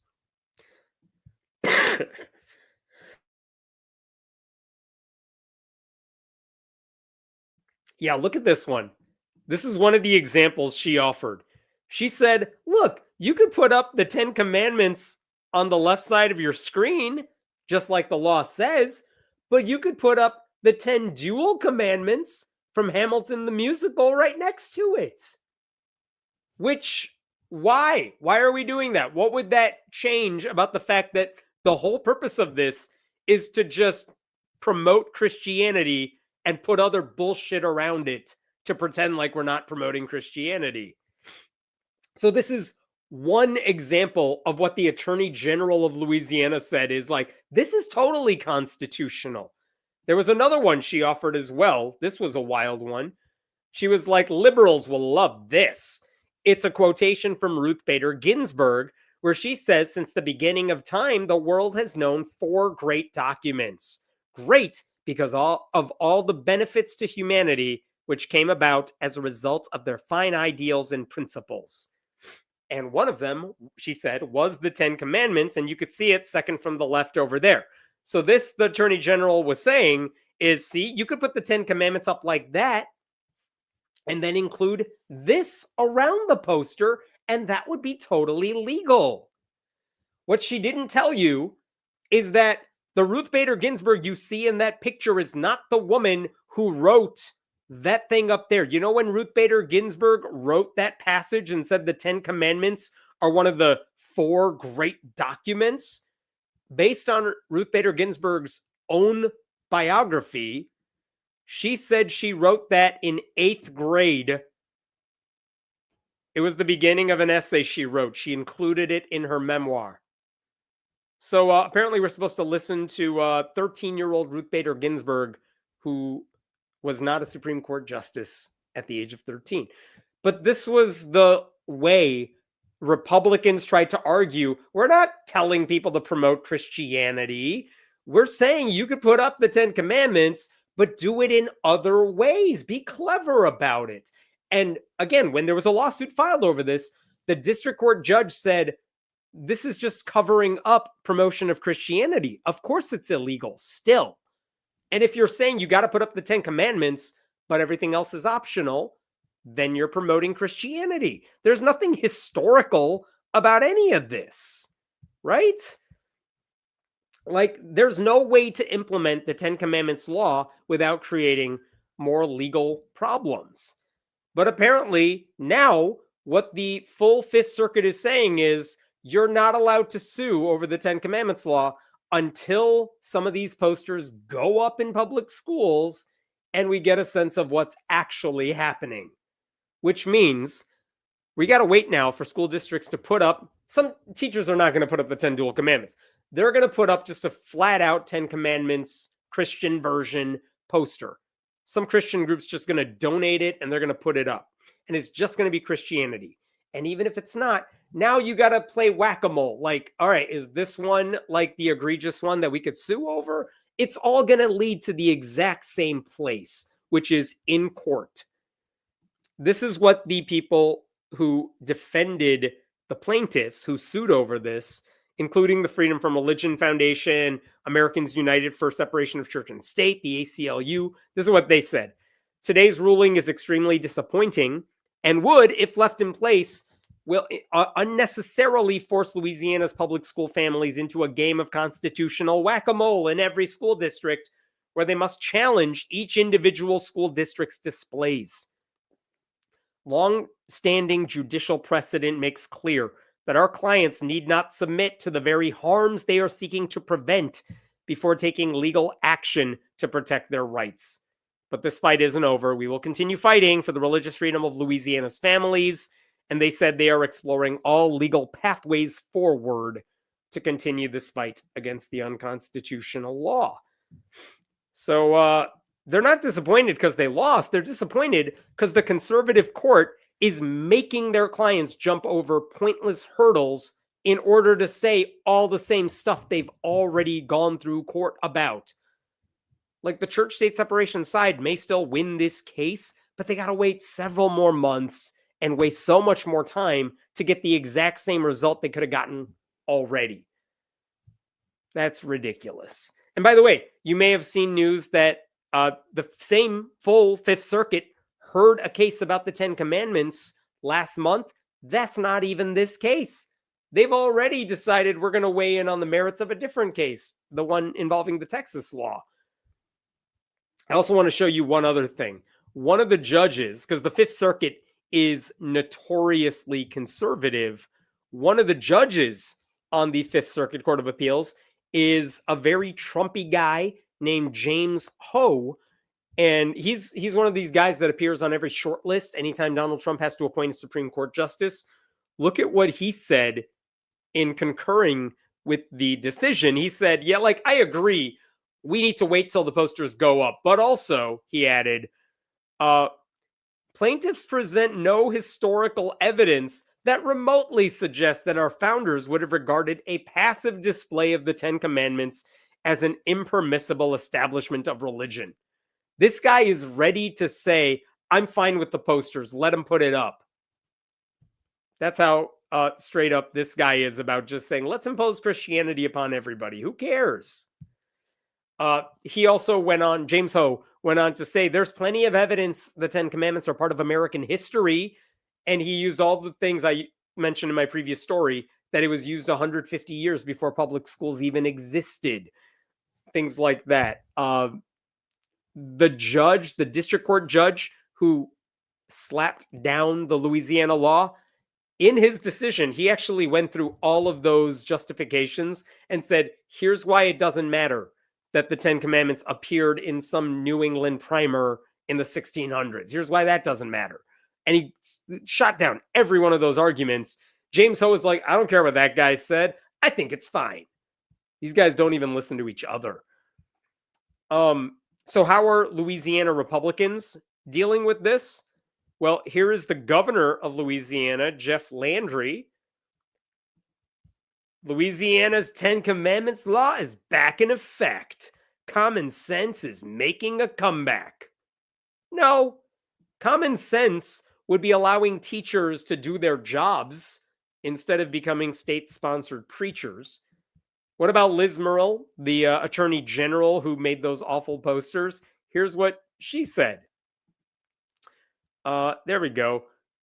Look at the second paragraph right down here. Don't kill or steal shouldn't be controversial. Oh my God, that is not the issue anyone has with the Ten Commandments. Didn't George Carlin do an entire bit where he said, if you want to just shorten the Ten Commandments, boil it down to like, don't kill or steal, and no one would have a problem with it. But those aren't the issues, are they? It's all the other things, because they are promoting religion specifically. But that's how she's lying to promote all of this. Oh, it's so frustrating. So here's how this will play out. A school district's going to put up the Ten Commandments posters at some point in the near future. Families will sue. A lower court judge will say, yeah, that's illegal. It's going to bounce back to the Fifth Circuit Court of Appeals, and they're going to have to weigh in on it at some point. But what have they done? They have now bought several more months of time when Ten Commandments posters could go up in schools. They're just delaying the inevitable, and that's probably the point. They don't care. They want to see Christianity imposed upon kids as much as they can.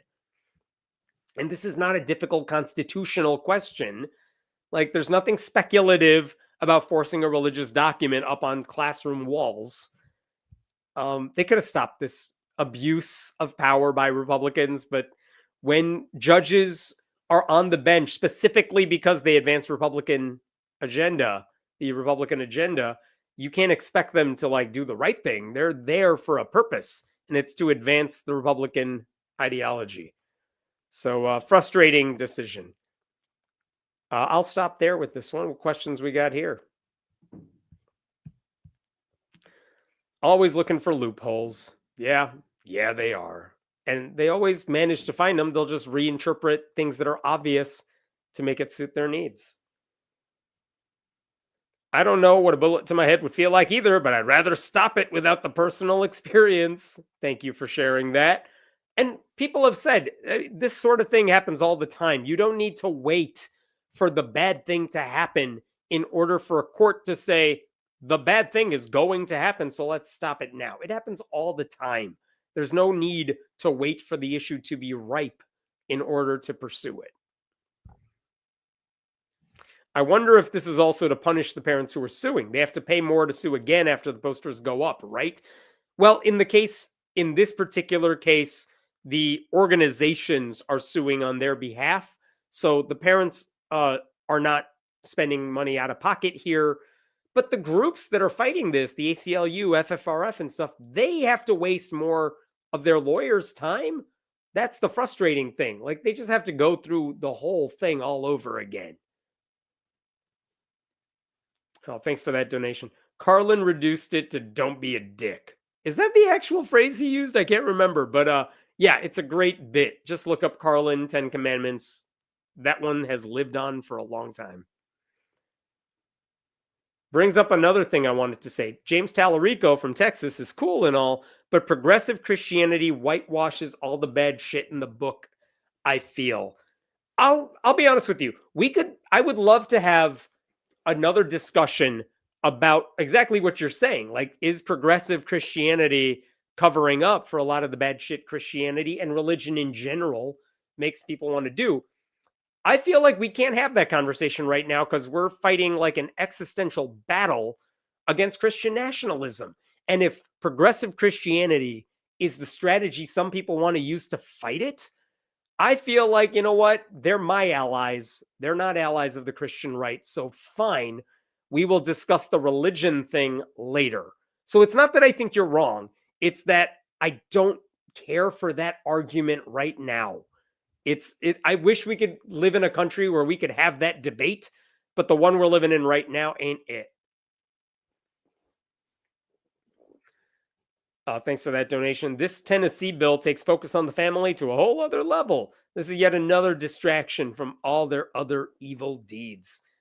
Yeah, the Tennessee law to impose religion onto schools, families, and all that. They very much don't want you to focus on your family. They want to be in charge of your family. They want to control your family.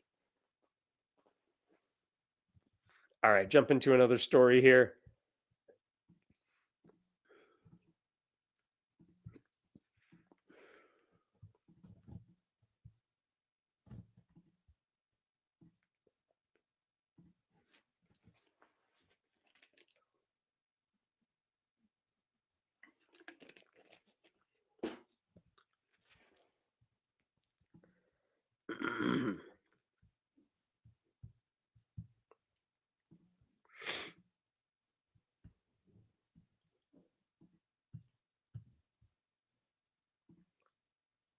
All right.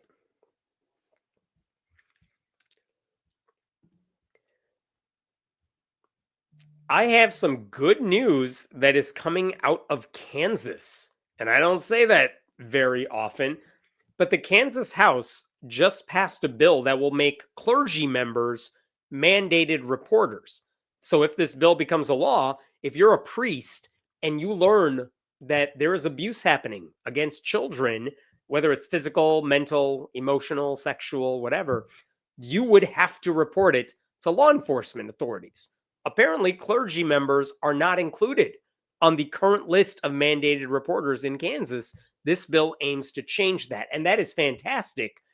But there is a key exception to that rule, and it's one, if you have followed this case for this type of law for many years, you know what I'm about to say. But basically, this is House Bill 2352. The short title, it requires a duly ordained minister of religion to report certain abuse and neglect, except when reporting would violate the penitential communication privilege. And that is the loophole we are talking about here. If they learn about the abuse through the act of confession, whether the abuser comes into the booth and says, I've done something very bad, if you do it in confession, the priest can be like, it's our little secret. And if a kid goes to the confession booth and says, this happened to me, then the priest can be like, well, that's too bad for you. And that's the end of it. If you learn about the abuse through confession, priests are still allowed to keep the secret to themselves. And that exception removes all the teeth from this bill by creating another loophole for abusers. And yet, this bill is kind of a step forward because right now, priests don't have to report anything at any time to law enforcement. So, I'll tell you a little bit about this bill. Here's really all it does. In the list of mandated reporters, it adds this section right here. It just says, any duly ordained minister of religion, as long as you're not hearing about it based on penitential communication, you are now added to the list of mandated reporters. That's fine. That's why this bill advanced through the Republican-led Kansas House 111 to 5 very recently.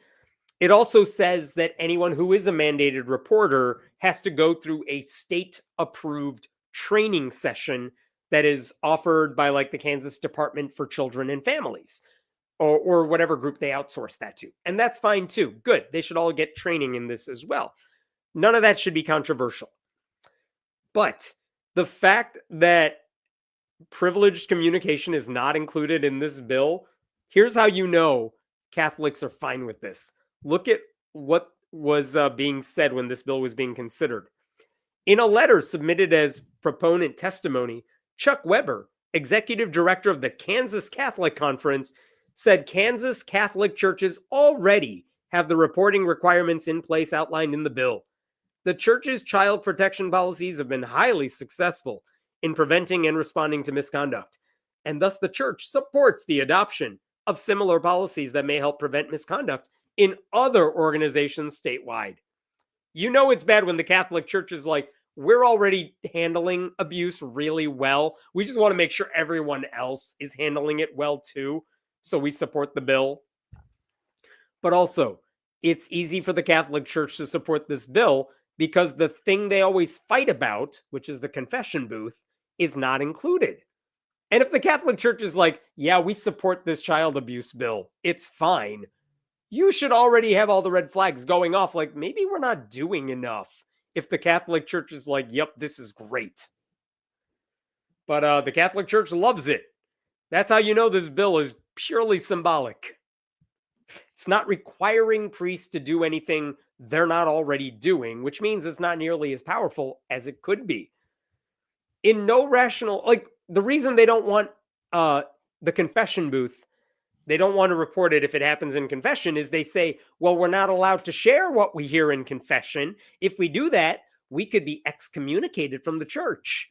And like, then we would go to hell. And if you are more afraid of going to hell than letting a child continue to suffer abuse, then maybe your organization should just admit safety of children is not your top priority. In fact, There was one priest who told a local news station he was still worried that this bill would prevent potential abusers from talking to priests. And I wish I could play you the clip of this. But basically, one priest was like, a lot of abusers talk to me about things they really want to do. And I tell them they should get therapy, and they do. So I'm the hero here, basically, is what he said. He didn't report them to anybody. He just told them to get help. And what he said is this bill, even with the confession loophole, he said this bill would basically be a slippery slope that would lead to them getting rid of the confession loophole, and that opponents of his were trying to push this bill because they were interested in legislating a vendetta. Yikes. I mean, thank goodness even in Kansas, Republicans were like, we don't care what that dude has to say. So why did they do it? Why did they leave out that loophole? Well, the answer is it never seems to work. We talked about it in Washington state last year. They finally passed a bill to make priests mandated reporters, and they didn't have an exemption for confession. And what happened? There was a lawsuit from the Catholic Church. The Trump administration got involved, and the state of Washington basically agreed to a settlement late last year saying, fine, if it happens in confession, we're not going to prosecute it. You don't have to go tell law enforcement if you learn about it through confession. So it took away the important part of the bill. But that's what happens in every state. Every time they try to include that thing that says, hey, if you're a priest and you learn about abuse, do something about it. Catholics get mad. Republicans say it's a violation of religious freedom. And the courts usually side with the church because nobody cares about the kids. But I will say, to the credit of the people sponsoring this bill in Kansas, the goal was not a perfect bill. The goal was to catch up to pretty much every other state, because in Kansas, even priests, priests were not even listed as mandated reporters. So they're just trying to not raise the bar. They're just trying to get to where the bar is at. One thing I wanted to show you, though, is when they were debating this bill last month, one of the people who spoke in favor of passing it is someone named Joe Charest. And I want to play for you a little bit of what Joe said to the lawmakers, urging them to pass this bill, because I found it personally devastating. And I believe Joe watches this live stream, or at least reads my site. And I wanted to share what she said. So check this out. I tried going to our priest a few times during that time, and nothing happened. Why should it? He wasn't a mandated reporter of abuse in the state of Kansas at the time. Had I known this, I wouldn't have gone to him. But I didn't know this. Had I known this, I would have gone to DCF. Later, after I got out and was in a foster home, I called him, and he said I should go home and pray that things get better. Kansas is one of 10 states and territories in the United States that clergy are not listed as mandated reporters of abuse. Neighboring states around us all have some statute for clergy with respect to mandatory reporting. The DCF website lists 13 professions that are mandated to report abuse. Clergy are absent from this list. It's too late for me to have been able to benefit from the help this legislation would have afforded me at the time of my abuse. But it's not too late for others going forward. I urge everyone on this committee to please pass this favorably out of committee. Help current and future victims of abuse have one more safety net in place to help them escape their abuse. It's such a powerful statement, and this is from Joe. This is what she submitted in writing as well. But as she says in that paragraph right above me here, my abuser was my grandfather, who was the president of the altar guild of our church. That's the person who was abusing her, and she went to a priest because she thought she could trust the priest to do something about it. But because the priest wasn't a mandated reporter, that priest did nothing. And had she known the priest wasn't going to do anything, maybe she wouldn't have gone to him. So even without even with the confession loophole, Joe was basically saying, pass this, because priests should be required to tell law enforcement, even if they learn about this stuff not in the confession booth. So I really appreciate the fact that she spoke up there. That can't be easy to do.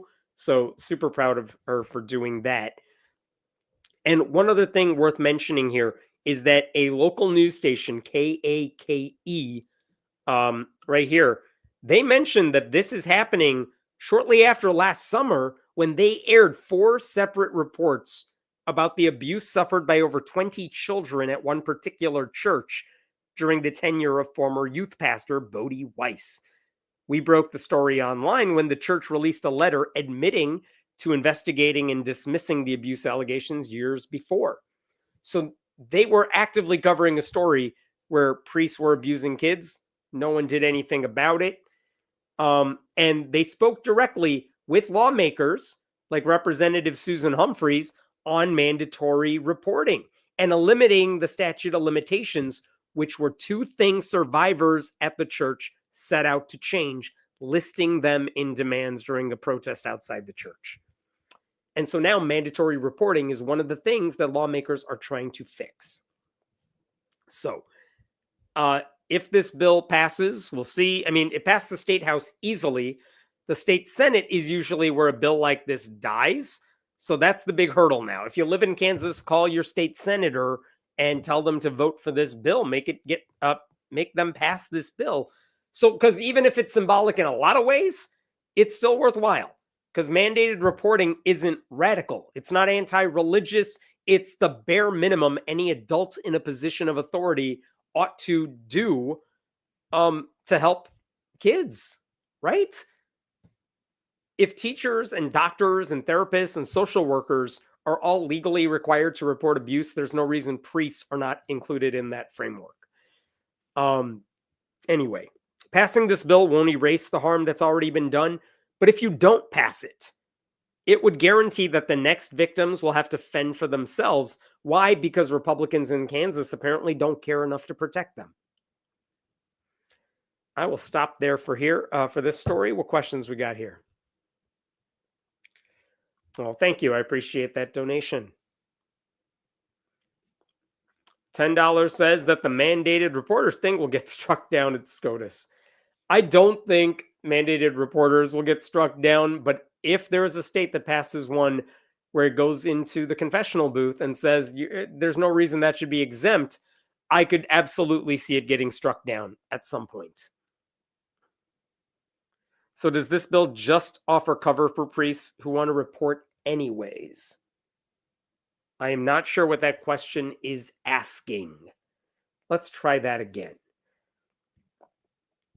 What do priests think about this? I'm guessing that some would appreciate mandatory reporting, less moral quandary. I think that you're probably right about that. I mean, in general, I think priests are fine with the mandatory reporting laws that we're talking about here. And like the Catholic Conference even said, like, we already do this. They are required to report this to law enforcement. So I'm sure this will only make it easier for them to not have to go through any bureaucracy. They just got to report this. It's the law. So I'm pretty sure they're fine with this. Where the Catholic Church argues is the second you say, well, even if you hear about it in confession, you still got to report it, then they flip out, because at that point, they no longer care about the kids. Frustrating that protecting children is somehow controversial. Yeah, that's what I've been saying for so many years now. This should not be controversial. I say this as someone who coaches at a public school. I don't even work at the school, but I got to go through like mandated reporter training every year for the same reason. Because if I'm around kids in that sort of capacity, the expectation is I'm going to act in their best interests. That shouldn't be controversial. I just want to highlight this from Facebook. Joe says, thank you. I say thank you to you. Thanks for speaking out and advocating for this. All right. I thank you for becoming a YouTube member. Did Hegseth really have a Christian nationalist preach to the military at the Pentagon? I believe you are talking about Doug Wilson, the pastor from Idaho, who, yeah, did preach at a Pentagon service either this week or last week. And Doug Wilson has a lot of horrible views, which you will find if you just look up Doug Wilson on the internet. And yeah, and that's somehow like the 87th worst thing that the government did this week. All right, jump into another story here. 1 minute.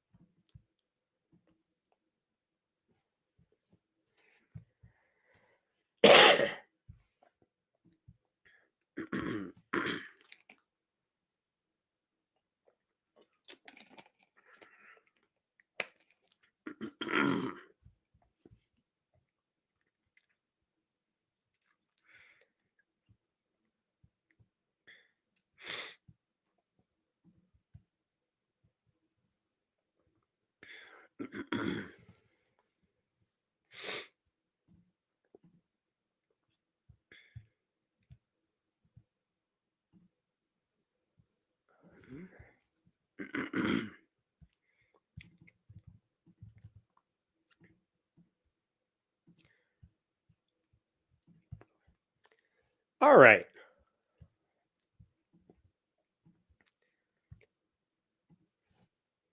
I actually have some good news here, and it comes out of Kentucky. And I want to show you this thing that is in the Kentucky Constitution as it relates to education. Check this out.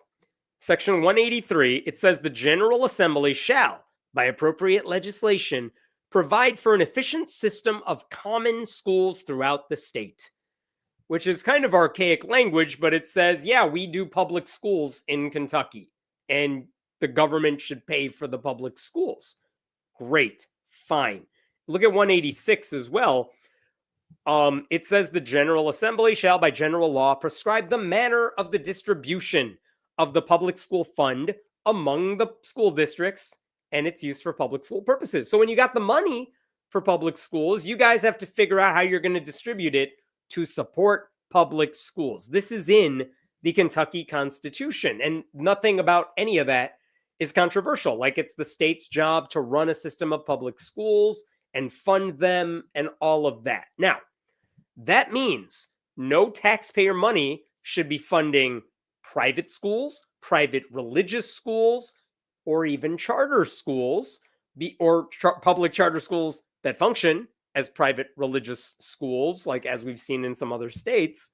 But Christian nationalists have been trying really hard recently to siphon taxpayer dollars to pay for religious education. And the way they've been trying to do it in recent years is by creating charter schools, which are public in name, except they're promoting religion. So the thing is, a charter school is supposed to be a public school, but the rules about how they operate are very different. They don't have to accept everybody. They don't have to do all the special education that a public school might have to do. So this is where it gets interesting, because conservatives really hate the fact that only public schools are eligible for taxpayer dollars. So in 2022, Republicans in Kentucky passed a bill that would have opened the door to public funding for charter schools. Governor Andy Beshear, who was a Democrat, he vetoed that bill, but Republican lawmakers overrode his veto.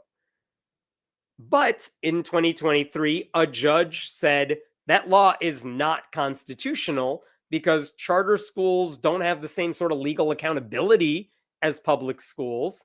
And that decision was appealed all the way to the state Supreme Court. So again, let me say that one more time. Republicans wanted to use public money to pay for charter schools, but a judge said you can't do that. And that case is in front of the Kentucky Supreme Court. Now, while all that is going on, in 2024, Republicans tried to get voters in the red state of Kentucky to approve a constitutional amendment. Like, will you allow us to change the law, change the Constitution, so that we can give state funding outside the system of common schools?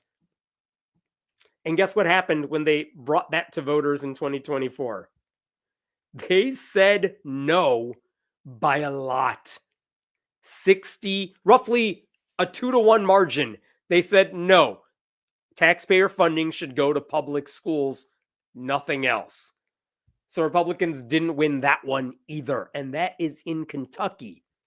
So anyway, they didn't get the constitutional amendment, which meant if you're a Republican and you want them taxpayer dollars to go to charter schools, your only hope is that the Kentucky Supreme Court would overturn the earlier ruling about that law and say that the law is legal. Well, guess what?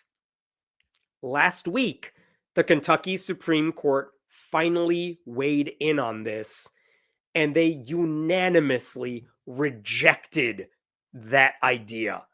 They basically said, hell no, public money is for public schools, not for private schools, not for religious schools, and not for charter schools.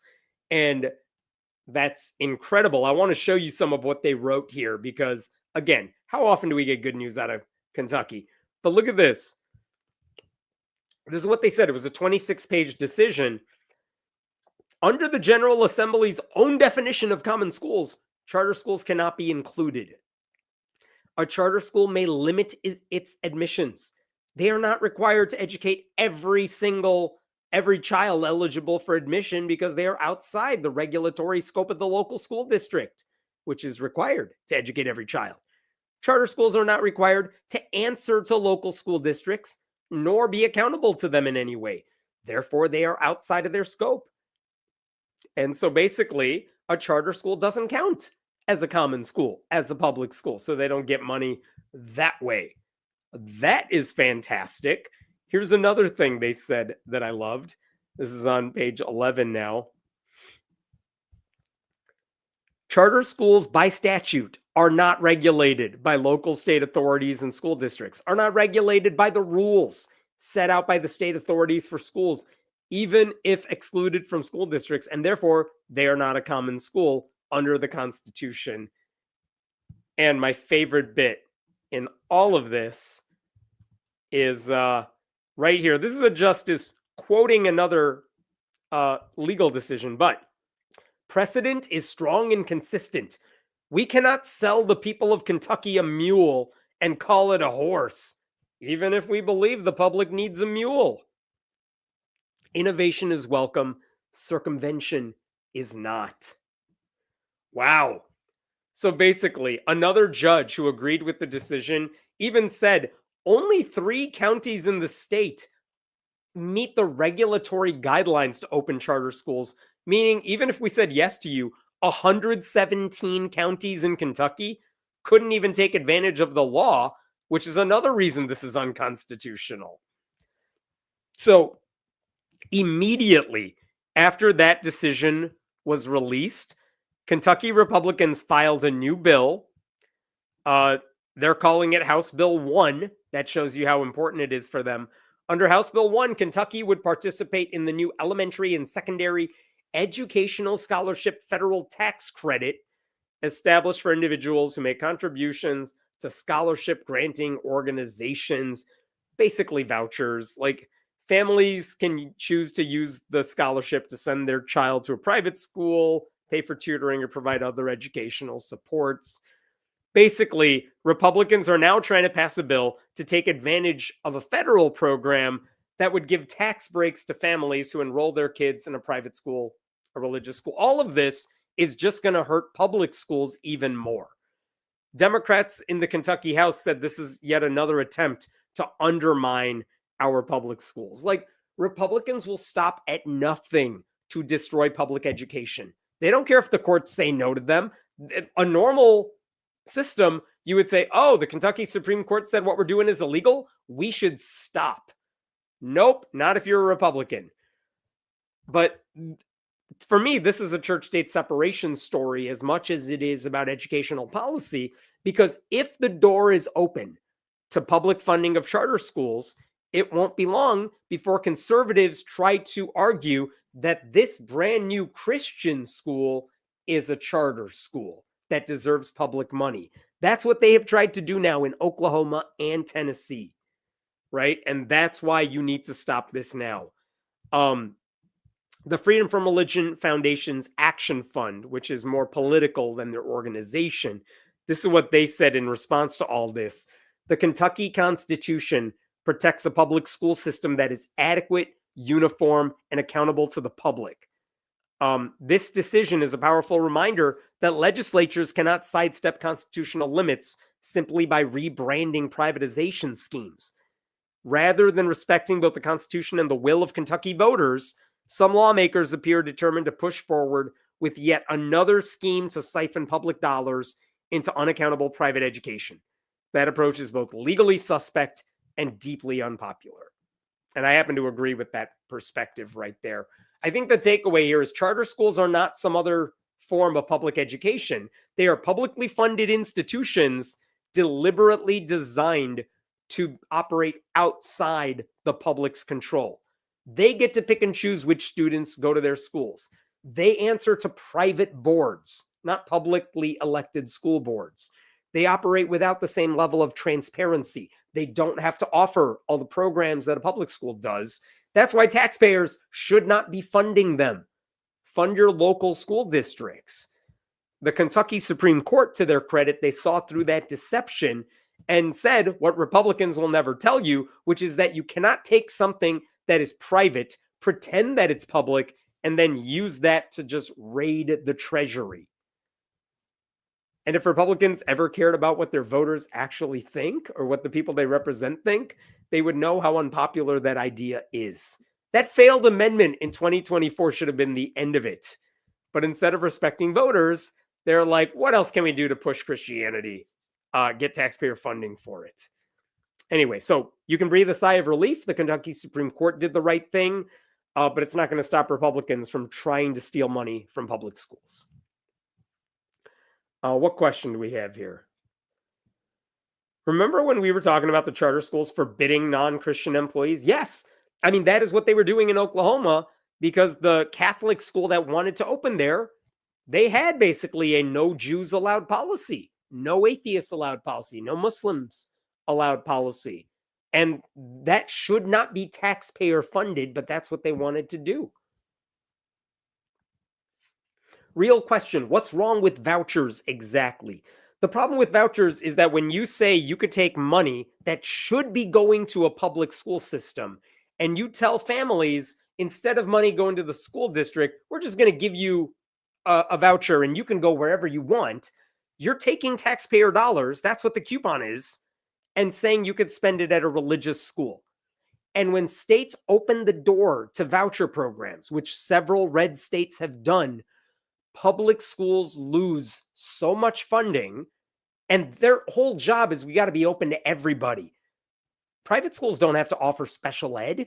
Private schools don't have to offer like IEPs and take care of all the kids and offer these programs. So when you take away dollars that should be going to public school districts, and then you just create like selective religious schools that get taxpayer dollars, no, let them pay for tuition if they want to go to a religious school.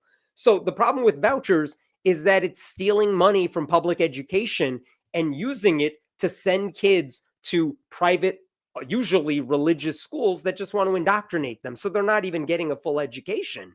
So that's what we have seen. I mean, that's always the warning from education policy people, but also that is what we have seen happen in states like Tennessee and other states where vouchers have become so big of a program. Like they are realizing really quickly that the public education treasury, the money that's supposed to be there for public education is just being raided. There is not money left for that because parents are stealing it. Because even if you're a rich family, you could have paid tuition for your kid to go to a Catholic school. Why would you do that when you can just steal money from the public school and say, oh, I got a voucher, I'm going to pay for it this way? Personally, I think we need to outlaw private and homeschooling. That's not going to get enough traction in your neck of the woods, though. It is not. And again, I don't even care if people want to homeschool or attend private school. But if they're attending a private school, you pay for the tuition. And if you're going to homeschool, there should be some level of accountability. of the fact that we need to know your kid's actually learning some bare minimum stuff. And usually the Christian rights lawyers that defend homeschooling, their whole thing is, nope, no accountability whatsoever. We want you to not know we exist. And if kids get abused, that's too bad. So they don't want any accountability. No, they just want a black box around what's happening to those kids. That's the problem with homeschooling. Otherwise, if there was accountability to it and you wanted to homeschool, go do it. I mean, you're lost. You're going to suck at it more often than not. But I don't actually have a problem with it if there is some accountability. Really wish we had more say in what our tax dollars went toward. I mean, if we elect the right people, you could have some say. We are so past that point, though. All right. Wait. We got one more story. How dare you, Den? How dare you? I do have one more. Let me bring this up here.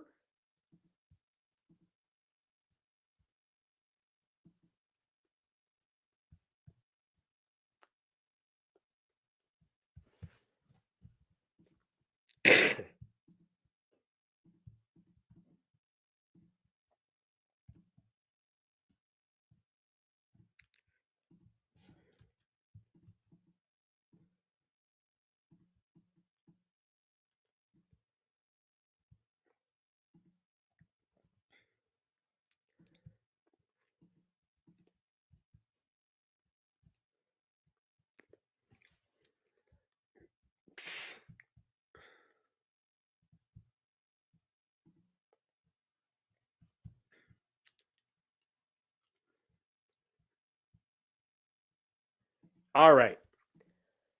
I got to tell you about a very disturbing bill that was recently proposed in Tennessee, not because of the bill itself, but because of an amendment to the bill. And it was sponsored by this guy right here. His name is Jody Barrett. He is a state representative in Tennessee. And basically, what he wants to do is change the law in order to allow the state to murder women if they have abortions, because he's a Republican. I will tell you, spoiler alert, his effort to do that now appears to be dead. It's not going to happen, which is great. But it's so disturbing what he's trying to do that I think it's worth going into how he tried to pull this off. The basic story of this is that there was a bill up for consideration, House Bill 570, and it involves a memorial outside the Tennessee state capitol. I guess in 2018, Tennessee Republicans passed a bill that would install a memorial for unborn children outside the state capitol, because that is what's going to fix all of Tennessee's problems. Tennessee ranks near the bottom when it comes to healthcare. They are at the very bottom when it comes to maternal death. But they wanted a memorial for like fetuses. And that was in 2018. Well, they only got around to unveiling the monument now. Like, it's not going to be unveiled until this summer. And because lawmakers like just now figured out how to pay for it or something. And what this bill, HB 570, would do is it would require the state capitol commission to take care of the monument once it's up.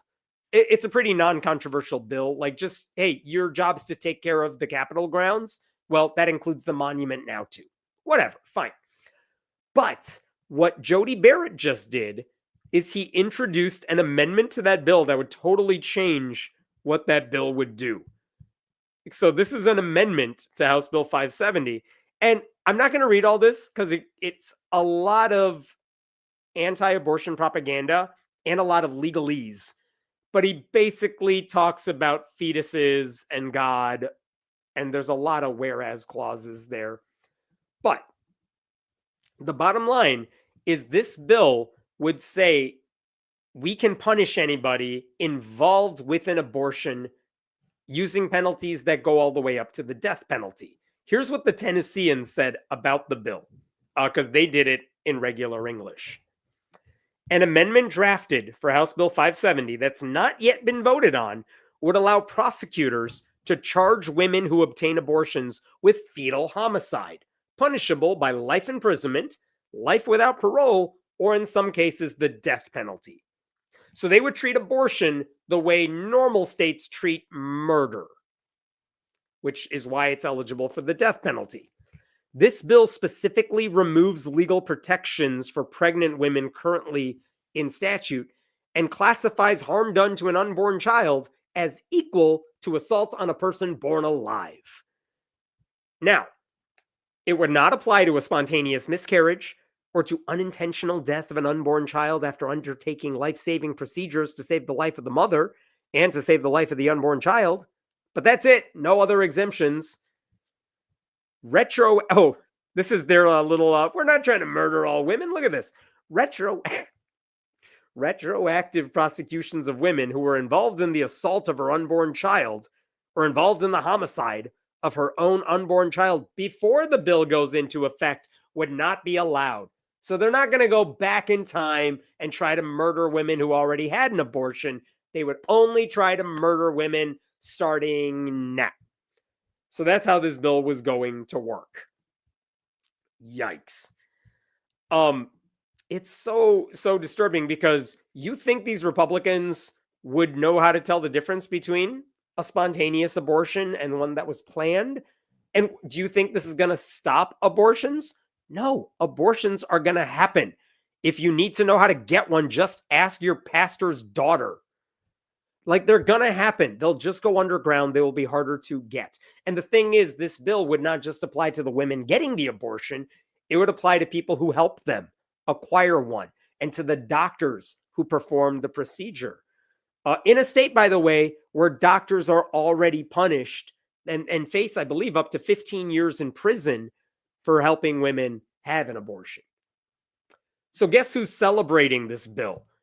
The leader of the Southern Baptist Convention, the largest Protestant denomination in the country, Clint Presley. Here's what he said. I'm glad to support House Bill 570 and its companion bill in the Senate, 738. Two bills in the Tennessee legislature that would protect every preborn child in Tennessee from abortion by providing preborn children with equal protection of the laws. Blah, blah, blah. Tennessee now has the opportunity to set an example of how states can protect the sanctity of human life from conception to natural death. I am urging the Tennessee legislature to move these bills forward this legislative session. It's both pro-life and consistent. It's pro-life to execute women who don't want to give birth to their rapist babies. That's the Southern Baptist Convention's leader for you. As if this guy has any clue why women might want to end a pregnancy on their own terms. Like, there's no room for nuance in his worldview. Like, that amendment is not about loving our neighbors in the womb. It's always easy for pastors to say that because the unborn have no opinions, no needs. They're phantoms. You could project anything you want onto them. If any of those fetuses grows up to want any sort of autonomy, then you might need to be murdered. That's how Jesus would do it. There was a time, you may remember this if you are old like me. There was a time when anti-abortion activists were like, you guys, we can't go after the women. That's a bad look for us. Let's focus on going after the doctors, right? Like, do you remember when Trump was running for president in like 2015 and he did that interview with Chris Matthews, and Chris Matthews is like, do you think women should be punished for having an abortion? And Trump was like, yeah, I think there should be some sort of punishment. And the right freaked out because he didn't know that he's not supposed to say that. Trump just assumed you're supposed to say that because, yeah, the Republicans love hating women. Like, so he just said it. But the thing is, he said something you weren't supposed to say because you don't go after the women having abortions. You show compassion to women having abortions. That's the pro-life way. And now they are so done with that. Now they're like, who cares? If a woman has to get murdered, we're pro-life, so we'll do it. Oh my God, these people refuse to acknowledge that there are sensible reasons for women to have abortions, and it's none of their business what those reasons are, but they just spread this myth that every abortion must be some form of birth control for harlots, and that's it. And so we got to protect the fetuses. And the only defense that Jody Barrett offered, because a reporter called them up and they're like, you want to murder women? That's not great, is it? And here's what Jody Barrett said to the reporter. When I asked Barrett about it, he acknowledged the death penalty could apply, but downplayed the possibility, calling it highly unlikely. A simple examination of the death penalty in Tennessee would show that that's just not realistic. Now, do I have to admit that the death penalty is a possibility? Sure. But since the death penalty was reinstated in Tennessee in 1977, there's been less than 200 people sentenced to death, and only 16 have actually been executed, none of them women. See, this guy, Jody Barrett, he just wants to make it more likely that women could end up on death row. But it's probably not going to happen, so calm down. Oh my God, no one in this man's life has any ability to tell him, like, just shut up. You're not helping your case at all. There was one more crazy group, what's it called? Foundation to Abolish Abortion.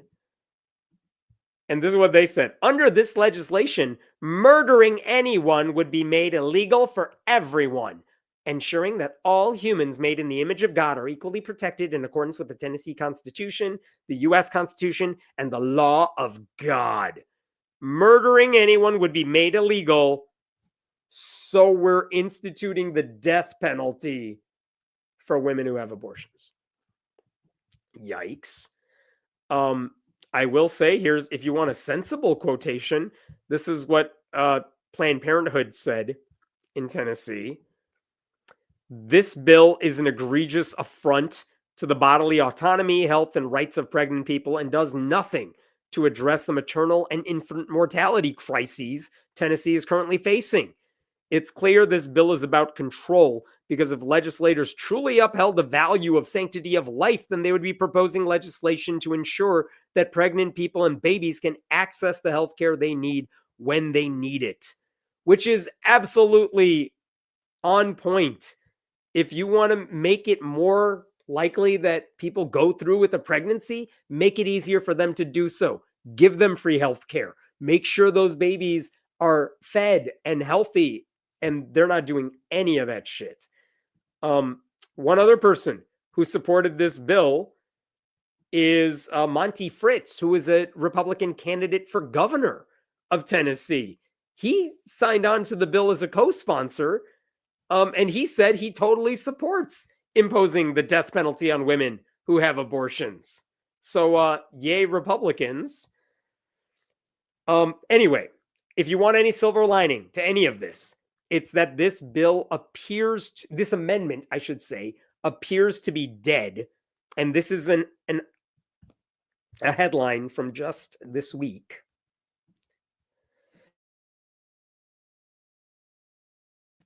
Tennessee Republican won't run anti-abortion bill. And this is Mark Pody.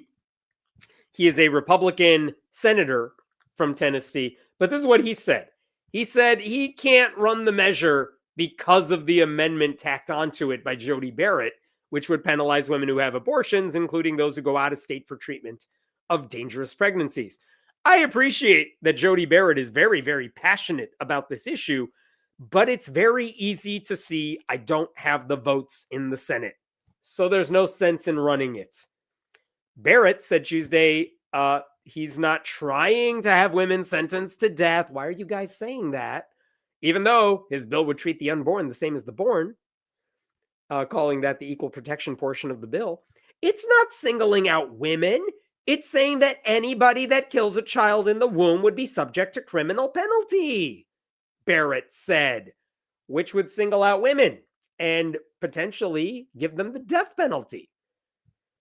Anyway, I just want to point out, Mark Pody said he's not going to even support this bill, his bill, in the Senate because he doesn't have the votes. Not because it's the wrong thing to do, not because he opposes executing women for trying to get health care, just because he's like, damn it, I don't have enough support. I'm going to find a couple more Republicans. And as soon as I figure out which ones like to murder women, we're back on, baby. Nope, that's his argument. So he's not exactly the good guy here, but he's like, oh, I don't think that's going to play well that Republicans want to murder women. So I'm not going to push this bill in the Senate. Anyway, all of this is happening in a state that already prosecutes doctors who help with abortions.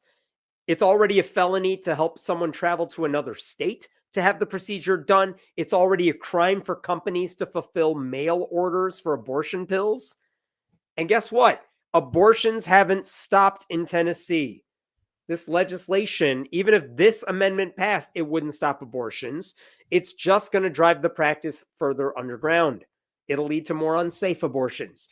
Right-wing extremists would rather see women suffer than allow them to control their own bodies. And they do not give a shit if the woman isn't ready to have a baby, if she's a child herself, if she's pregnant due to sexual assault or incest. There is no room for that kind of compassion or thoughtfulness if you are a Republican right now.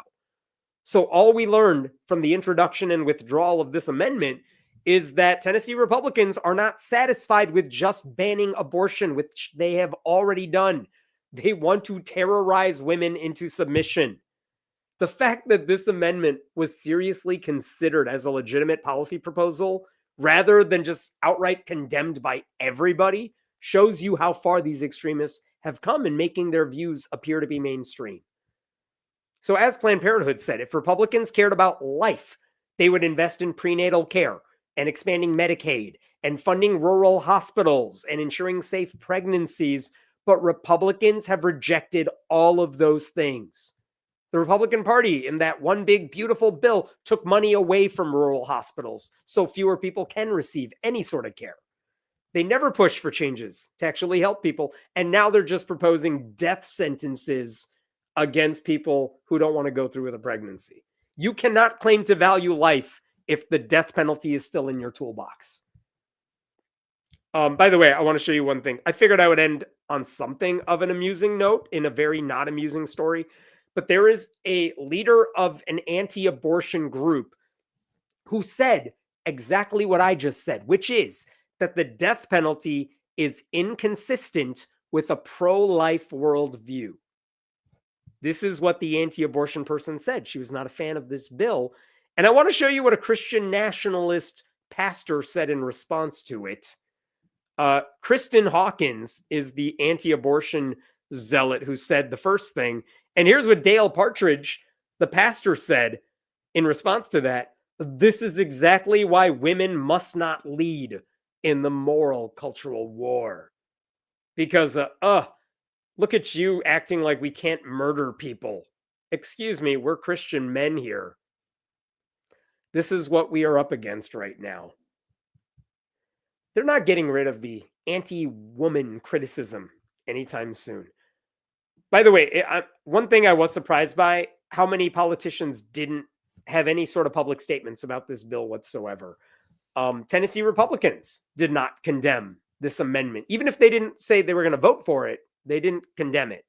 And maybe there's some hope there that maybe this sort of Christian Sharia law will backfire, because most Americans, even the ones who oppose abortion, they understand that murdering women for having abortions seems kind of barbaric. And the more that Republicans pursue this sort of extreme agenda, the more they risk alienating a lot of their own base, including suburban women, younger voters, anyone who understands that medical decisions should not carry the risk of state-sponsored execution. None of this helps women. None of this makes pregnancy safer. But what do we learn from this? Tennessee Republicans, at least some of them, would rather execute women than trust them. Okay, I will stop there. What questions we have on this one? It is disturbing that this man even feels comfortable enough to propose this amendment. That means that there's enough people that voted for him that approved doing it. I wonder this myself. I wonder how many people in Tennessee or any state like it votes for Republicans because it's just what they're taught to do, and not because they necessarily support the agenda or the bills they propose. It's that most people don't follow what any of these people do at all about anything. And it's hard to believe. I mean, if you're watching this live stream or this video, you follow politics at least a little bit. Most people don't. They're just like, oh, my church says I should vote for the Republican, so I'll do it. And they have no clue what is going on here. It doesn't mean they're stupid. It means they got other stuff to think about. And that's why it's so important for people to talk to their loved ones, friends of theirs, and get through to them. Because again, you can't count on their pastor to say the right thing to them. These Republicans are going to keep getting away with this until more people get off their asses and vote them out of office. So I don't know that enough people voting for them support this stuff. I think they just don't know what's going on. Most of these guys know this stuff won't pass. They just know that by supporting it, that it'll get them votes by the so-called pro-lifers. Yeah, I mean, that is true. There's a lot of stuff that gets proposed because it's good for the base. It'll get them money. It'll get them headlines. It'll get them a lot of enthusiasm from their extremist voting base. And that's all they care about. I mean, we've seen that. That's why Lauren Boebert was in the news today. Not because she did anything useful, but because she wanted like a boost of affirmation or whatever from her crazies. Again, none of this matters unless you can get enough voters in their districts to care enough to vote them out. And at some point, sometimes if Trump is ruining everyone's life, you could see that sort of sea change happening. Maybe it'll happen in the midterms. But by and large, there's a lot of people who just pay no attention to any of this. Anti-choicers. Fetus couldn't possibly be a future atheist, queer person, or leftist, right? Honestly, if fetuses weren't blank slates for Christians to project themselves onto, they would be arguing for eugenics against undesirables like me. To your point, there is an argument to be made that one of the reasons you should have as many babies as possible if you are a Christian is the assumption that your babies are going to be carbon copies of you, ideologically too, which we know is not the case. I've shown you the survey results about religious switching. People leave Christianity, Catholicism, more than any other religion. They don't grow up to be just like you. They have their own thoughts. And so it is funny for people to see, like, we got to have as many babies as possible. We can't allow abortions to happen because we're killing off potential Christians or whatever. It's like, no, that's not at all how it works. People are going to grow up and have their own beliefs and thoughts. And what's going to happen is they're just not going to want you in their life later on. What else we got here? All right, now we are done. Thank you so much. I should be back next Thursday at the same time. I will see you then. Thank you to Den for helping with moderation. Remember, go sign up for the newsletter now. And if you like what I'm doing, go to patreon.com/Hemant. I appreciate that. And that's it. Thank you to Den for helping out. I'll see you all next time.